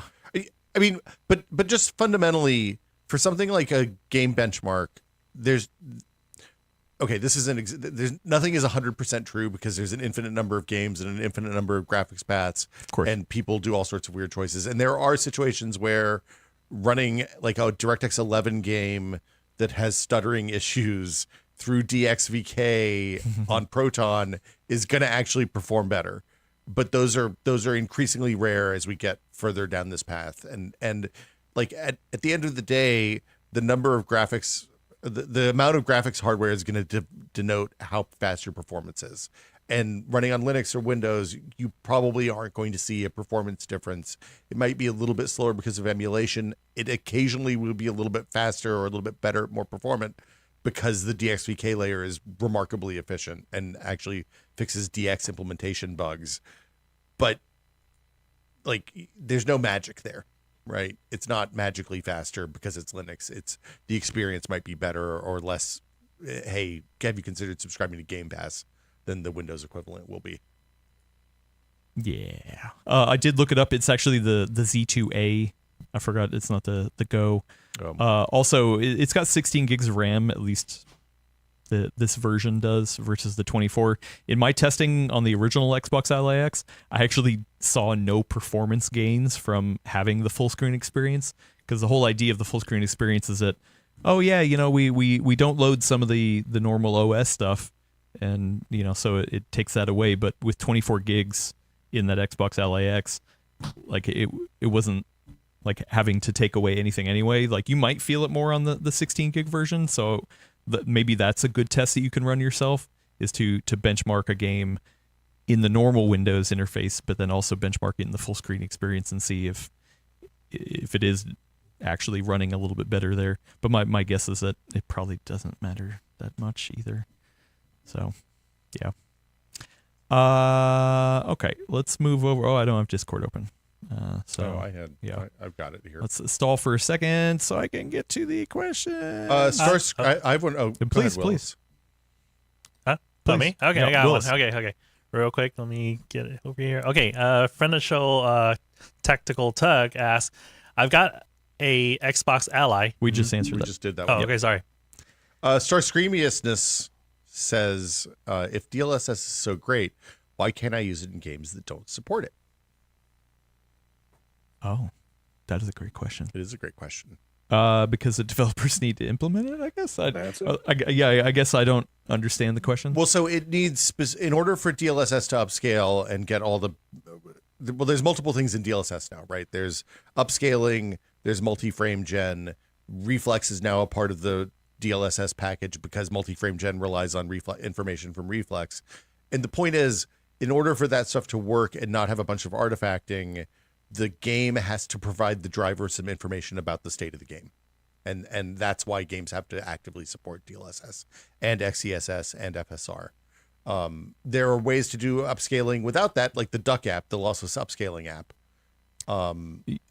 But it has the downsides of getting the artifacting and stuff like that you don't have if you have vector data and sampling data from the game. Well, and there is upscaling options that are through the driver level as well, like I think it's NIS or NIS is the image sharpening. It's a DLSRS or I always forget. But there's a driver based one. But once again, you're going to get spatial, not temporal. Yeah, which is not as good. And the thing is, for games, there's some stuff that you never want to apply DLSS to. You want to do it the old-fashioned way, the upscaling the old-fashioned way, like UI elements and crosshairs and things like that, because the artifacting in those places is especially apparent. And you as a game developer say, hey, don't upscale this UI element and this crosshair and the text on these boxes and that kind of stuff. And you gradually build out a list of things you don't want to upscale because you pick out the artifacting when you're doing the development process. So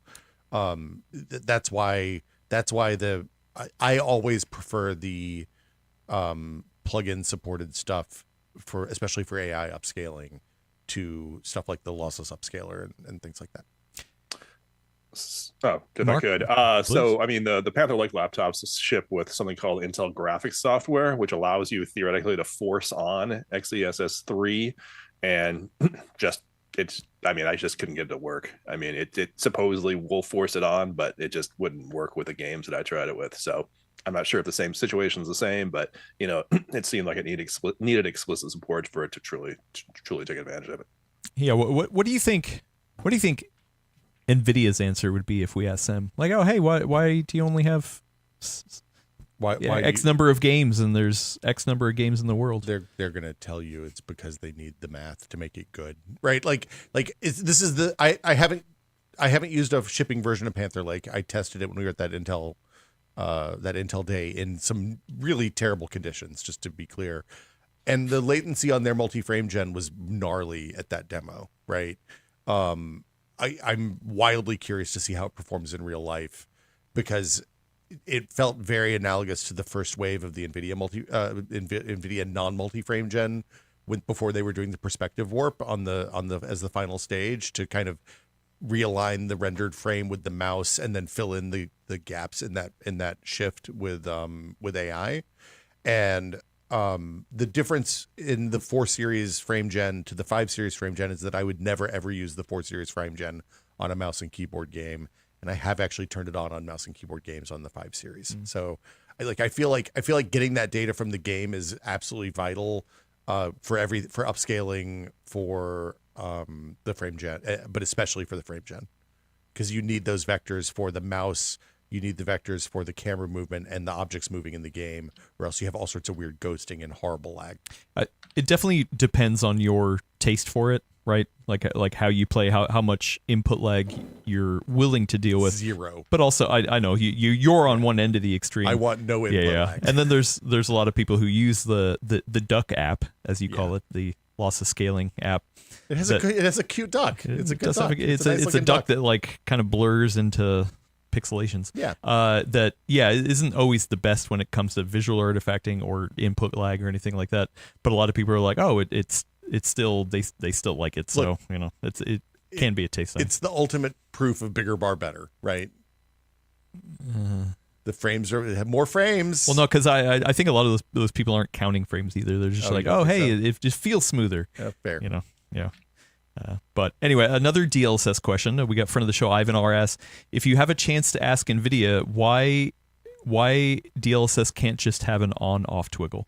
a twinkle toggle. Love a twinkle. So I was a little confused by this question, and I asked what they were referring to specifically, but they linked a photo of the different presets for DLSS, and essentially, like, yes, you can go into the NVIDIA app and really go through and be like, oh, well, this preset is used for this.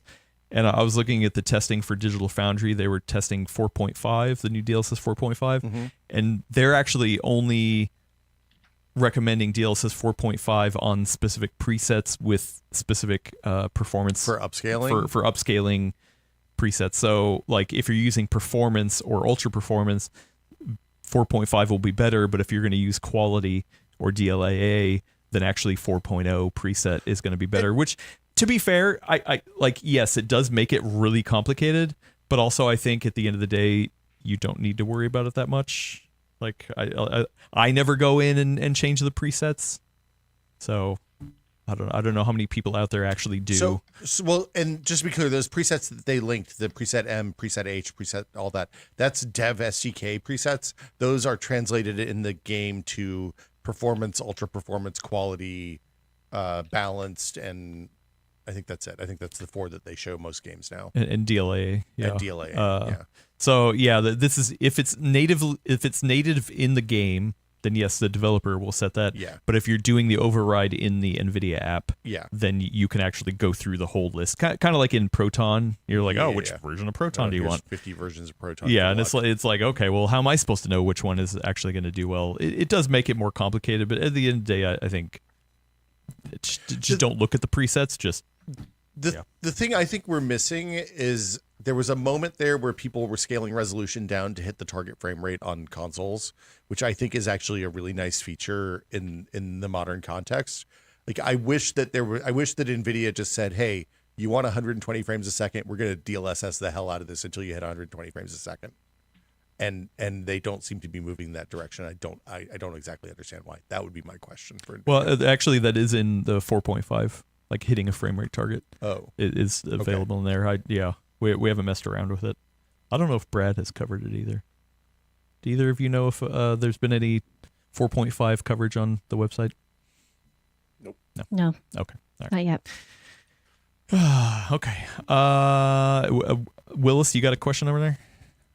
I can save one to the end. Oh, okay. Yeah. Saving it for the end. We got a friend of the show, Battle Mage, in Discord asks thoughts on an old Xeon CPU, so an X99 motherboard from AliExpress, using that for gaming in 2026.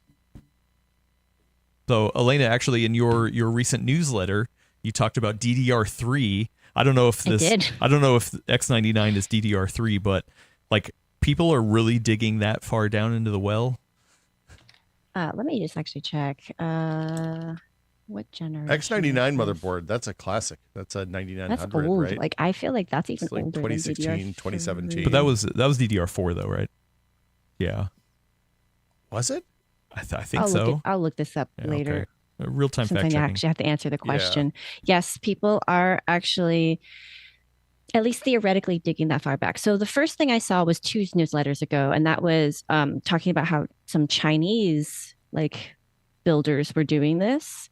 And at first I was like, okay, that's interesting, but that's a different market than the United States. They have different availability, et cetera, et cetera. So I thought that was an interesting thought exercise. But then it actually came kind of home to roost in that there was an English language coverage of this. I think the YouTuber is based in maybe the UK based on the accent. And they actually did benchmarks using an old Devil's Canyon chip, and I want to say a 2060 for the GPU, and they were able to run Cyberpunk at 60 frames per second with some tweaks, to the graphic settings. So that actually played to your point about saying that how well Cyberpunk scales for different hardware. Like, the devs put a lot of work into that, so that it does a good job of it. But I just thought it was really fascinating when I saw that people are able to dig that deep, and it made me wonder, how spoiled are we right now? You know what I mean? Obviously, our group, we're enthusiasts. We're talking about this. We're always looking for the next best thing. But from a perspective of general population, having everybody just get gradually pushed onto Linux because their Windows won't support them anymore, and they can still play most of the games they want to play. Everybody has an enormous backlog of games that they could play at this point, right? Whether or not you actually own those games, there's just such a bounty of available games to play from even 20 years ago that are still playable today that you will not want for entertainment, even if you're on older hardware. So I don't know. It was just an interesting perspective shift for me. I don't know if I would necessarily say like this is the future, like this is the only way we should ever approach technology.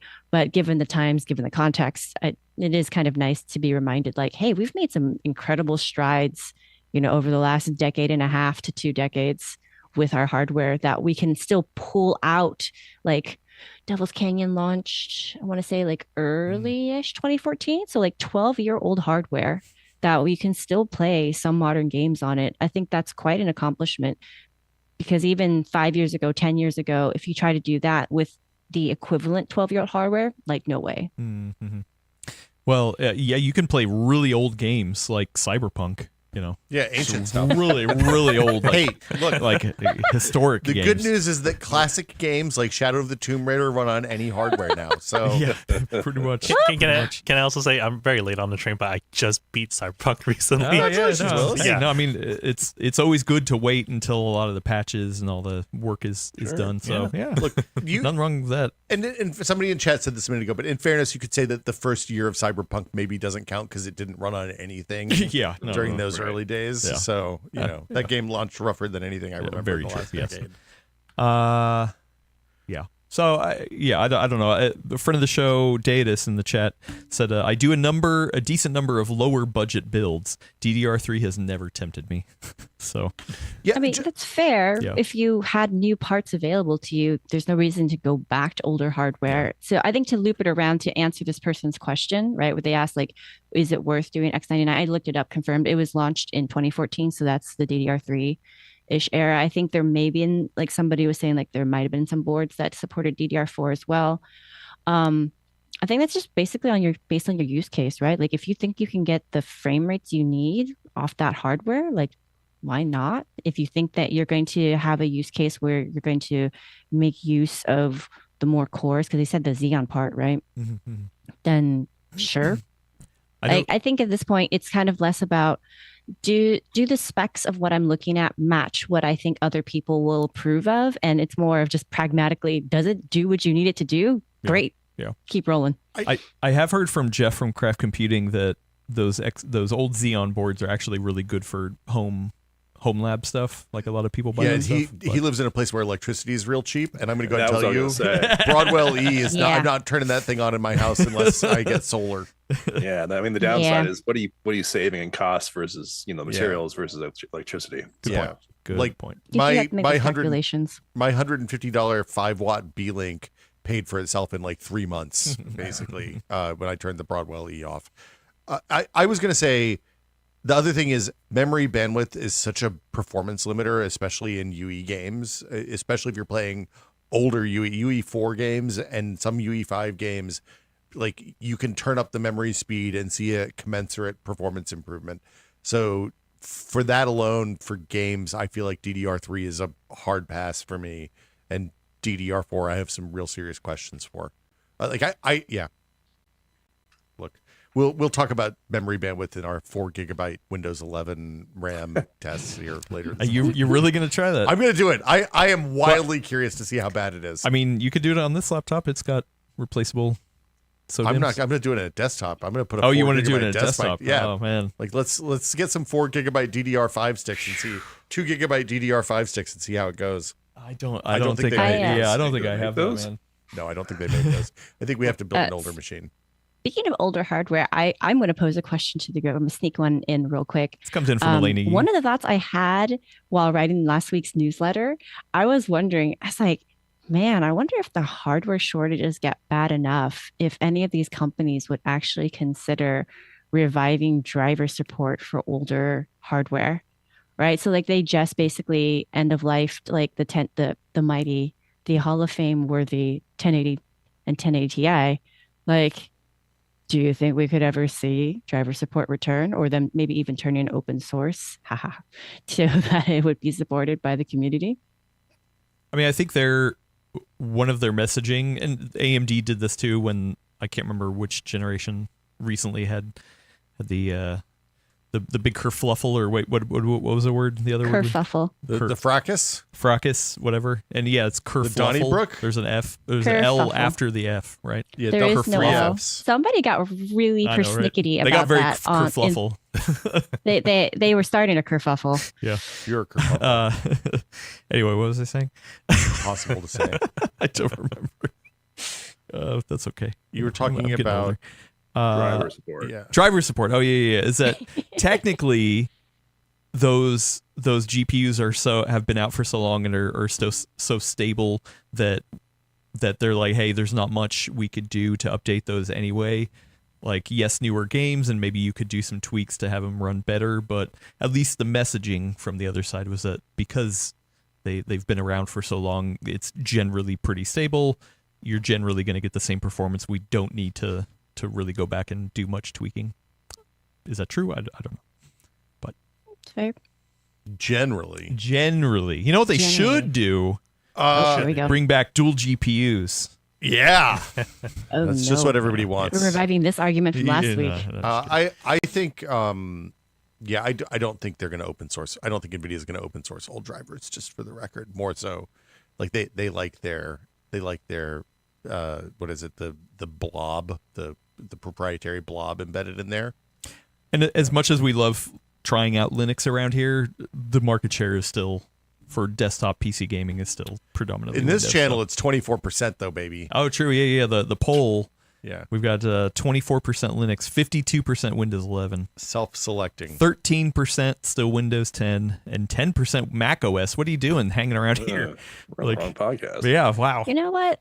100. They might still just want to keep up on things, or maybe that 10% is Roman. No, the Hey, question Roman, what's up? question was which main OS are you using?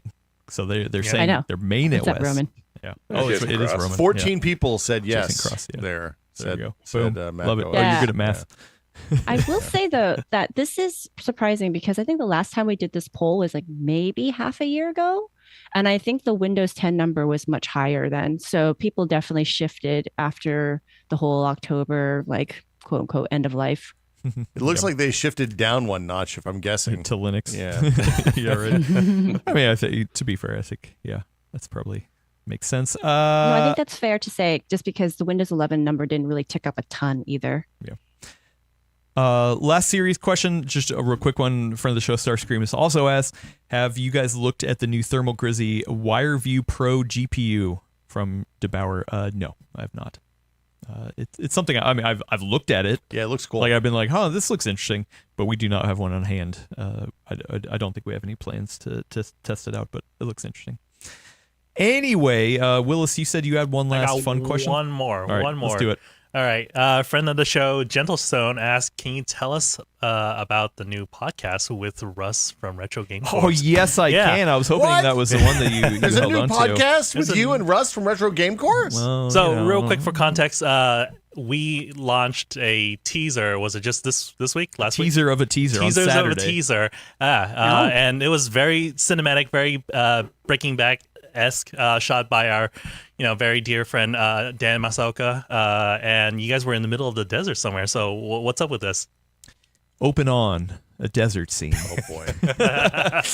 Oh boy, here we go. Handhelds are found on the ground. We unearthed handhelds, and then a couple gentlemen, me and Russ from Retro Game Corps, walk through the desert and just somehow run into each other. I'm spoiling the whole teaser. You should go watch it. It's pretty funny. Pretty good. Anyway, I think I've kind of hinted at this here and there already, but yes, we're ready.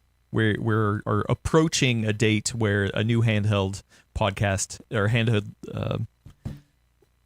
topic podcast is going to be launched, and it's going to be featuring me and Russ from Retro Game Corps. I'm super excited about this. I've been excited about the Linux journey that we've been doing on Dual Boot. Yeah. That was 2025, 2026, year of the handhelds, baby. And we're specifically really going to focus on experiences. So experiential testing, talking about things like that. Like, yeah, we'll go into speeds and feeds and benchmarks and stuff like that every once in a while. But like, I think there is a place for more people to talk about just experiencing stuff, trying stuff out, getting a feel for stuff, because it's not all just specs. And I mostly experience x86 handhelds, where Russ has a deep wealth of knowledge on emulation based handhelds. I guess I don't know a good term for it, but like the Android based, or Linux based, ARM handhelds and stuff like that. So yeah, I'm excited. We'll have guests on, but yeah, we'll mostly be talking at handheld stuff. I don't have a firm launch date as of right now, but believe me, there is a full length version of this teaser that got put up that will have more details, including the name. Coming soon. So. I didn't know you could do a collab on the channel on the video level. You didn't know that? Yeah. This is wild. Yeah, on YouTube, it shows you can do up to 4 collaborations. Wow. So it shows So up. you can, it's on both channels then? Well, no, the video is still hosted on one channel, but then you can invite a collaborator, which means that it'll show up in their subscribers feeds. It mirrors. Yeah, that's cool. Yeah, basically so the feed. that video will go in the subscriber feed specifically, and then also you can allow that other collaborator to get certain access to metrics and things like that. So That's cool. Very Instagram-ish. seems yeah. Like, Oh or- Yeah, I think it's the exactly. first time we've used it. It was pretty Yeah. straightforward. So yeah. That's So cool. are we hosting it then? It's part of the full Nerd Network? It's part of the full Nerd Network Okay. of podcasts. And so, yeah, we will be hosting it, but Russ isn't just a guest. Like this is hosted by me and him. Like he has full commitment in this. He does appear on a podcast weekly already called The Nerd Nest. Really, really fun podcast. It's a lot more like general gaming kind of stuff, not just handhelds. So he's still going to be doing that, but that he's more of a guest on that. This one is it's 50-50. So That's cool. It'll be Oh, fun. Nice. I'm So excited. given that you've shot this in the desert and you're focusing on experiences, is there a possibility that we'll see you go back into the desert and maybe do some sort of spirit walk? I'm thinking about, there are some certain medicinal herbs that are, that grow in the desert. Yeah, I was that just Adam, what's your peyote strategy? Yeah, that's when we hit 100,000 possibility. subscribers. When we got our silver play button on the Full Nerd Network, Russ and I will go out and I love hit this. some peyote and play some. I'm just kidding. I cannot vouch for him. Yeah, no, we won't be doing it. But that is funny. Also, how do you know we're not in the desert right now? It would have been funny if you were both wearing your underwear, like in the start of Breaking Bad. Like tidy whities just walking through the desert with the handheld. Yeah, exactly. That would have been really funny. Oh, That also seems like an HR violation. That you know? also is something Dan definitely would have. yes. like Yeah.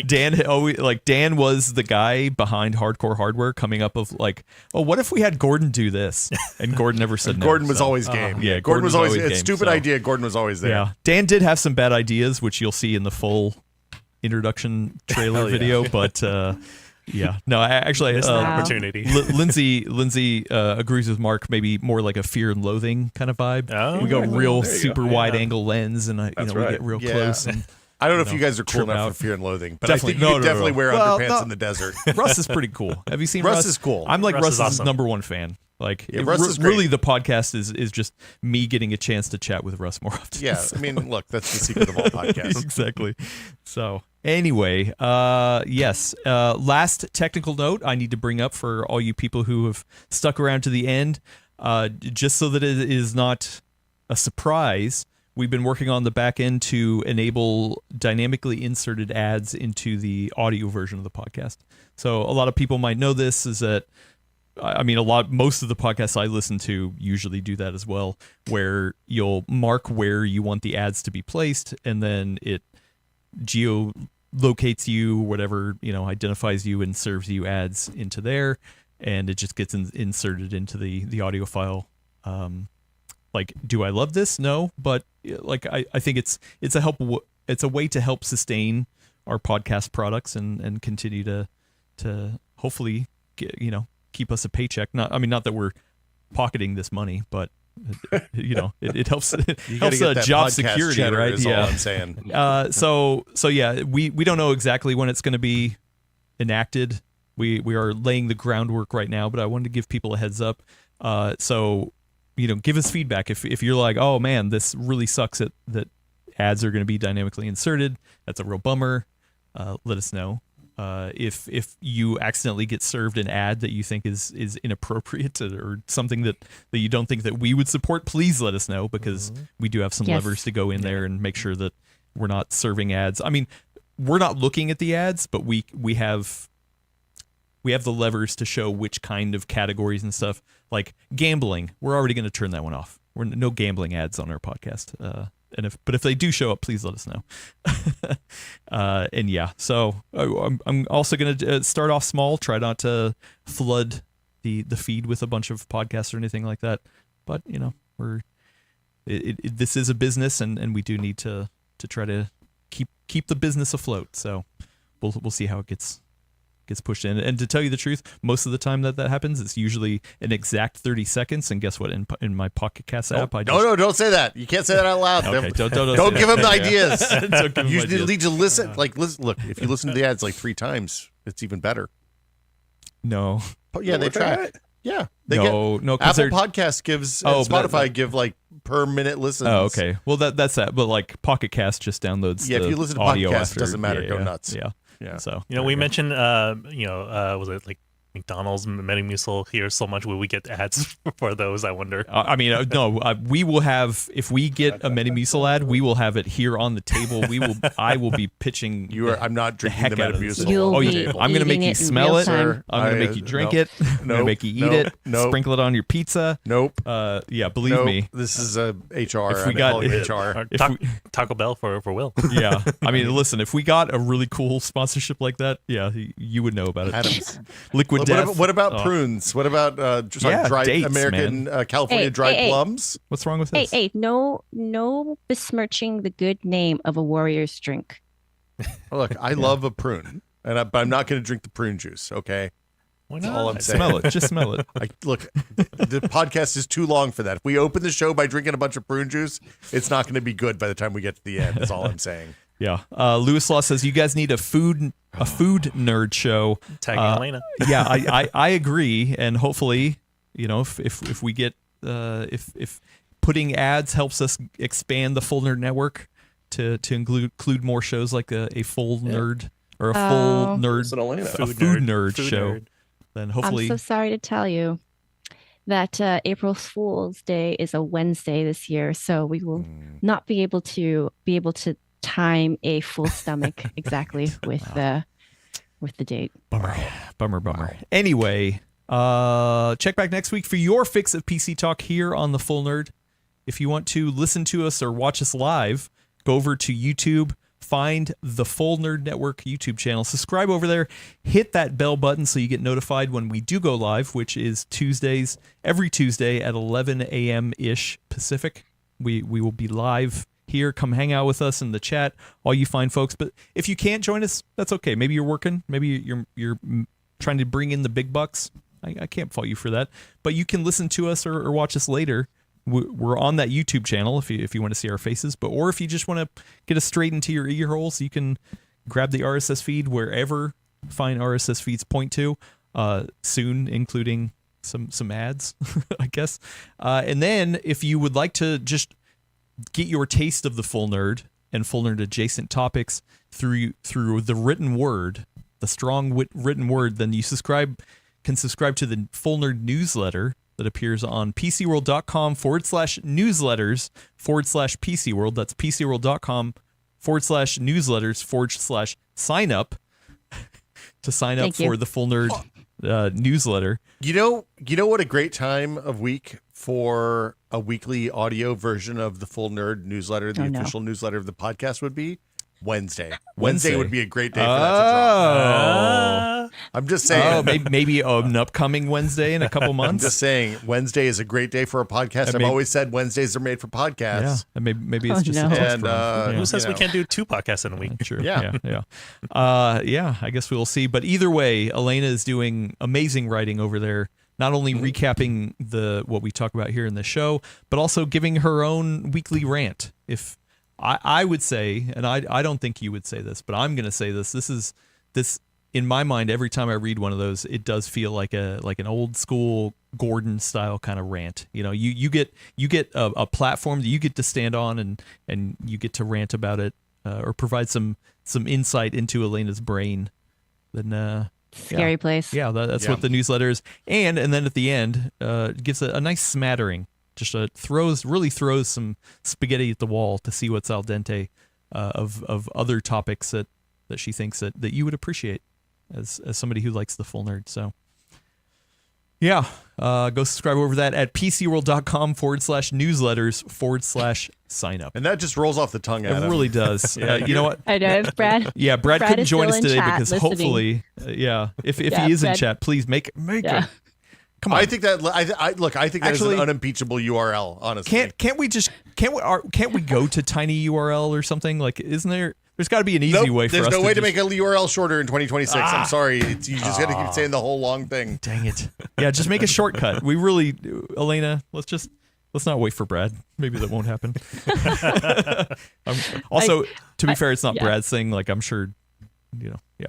There's a whole team of people making that URL long, and you don't want to put them out of work. You know, True. Yeah. like that's But, the you know, thing. maybe we get our own pirate Yeah. tiny URL going. Yeah. Anyway, I want to thank everybody for tuning in, but I especially want to thank the people who joined me today. On the line was Elena E. Thank you for joining. I appreciate it. Thank you for having me, as always. Yeah, it was good times. Also, thank you to special guest Mark Hawkman over at PCWorld. Of course. Thank you for talking to us about your Panther Lake testing. But guess what? You're not just in the depths of benchmarking hell. You also do a lot of writing over at PCWorld. What kind of stuff you covering over there? Anything you can give us a little sneak peek at that you're working on? First of all, please do check out the benchmarking story I did run on Panther Lake, only because it cost me 2 weeks of work and a lot of late nights. And link in the description. I would like to spend my evenings not at my desk anymore and perhaps watching something on TV. So yeah, please do check it out. It's great. It's a funny question that you asked me about, like, what I'm going to be working on, because at this point in time, I don't know. I mean, it's just like I've had so many like to do things like for the last month or so. I have freedom to go ahead and pursue things I probably should be doing, like, I don't know, writing about, like, I have to cover like Thunderbolt docs and things like that. So I do write about those things, and you will find a list of the best Thunderbolt docs on PCWorld.com, among some other products as well. So, and perhaps I'll take a day off, just enjoy the world. So, anyways, go touch that grass, benchmark the grass, exactly. see how long it is. Grass is kind of growing right now. Longer grass, better, I guess. Yep. Also, you know what? I want to thank Will, who smells really good. By the way, You can't dig yourself out of that hole now. You made it for yourself, buddy. You smell terrific. Yeah, you smell fine too, I guess. Yeah. What? It's the beard? Is that what you It's said? getting a little weird. Oh, getting weird. Yeah, I thought you said it was it's his been beard. weird. Yeah. Yeah, thanks There for is a lot having of me. It's beard. always a pleasure to come in and take a couple hours of use on Tuesday with you. I also want to thank the returning Willis Lai for controlling the horizontals and the verticals, both of them. I appreciate it. Why don't you take us out of here, Willis? All righty. Thank you, Adam. Thank you, everyone, for tuning in with us, and we will see you next time. Bye.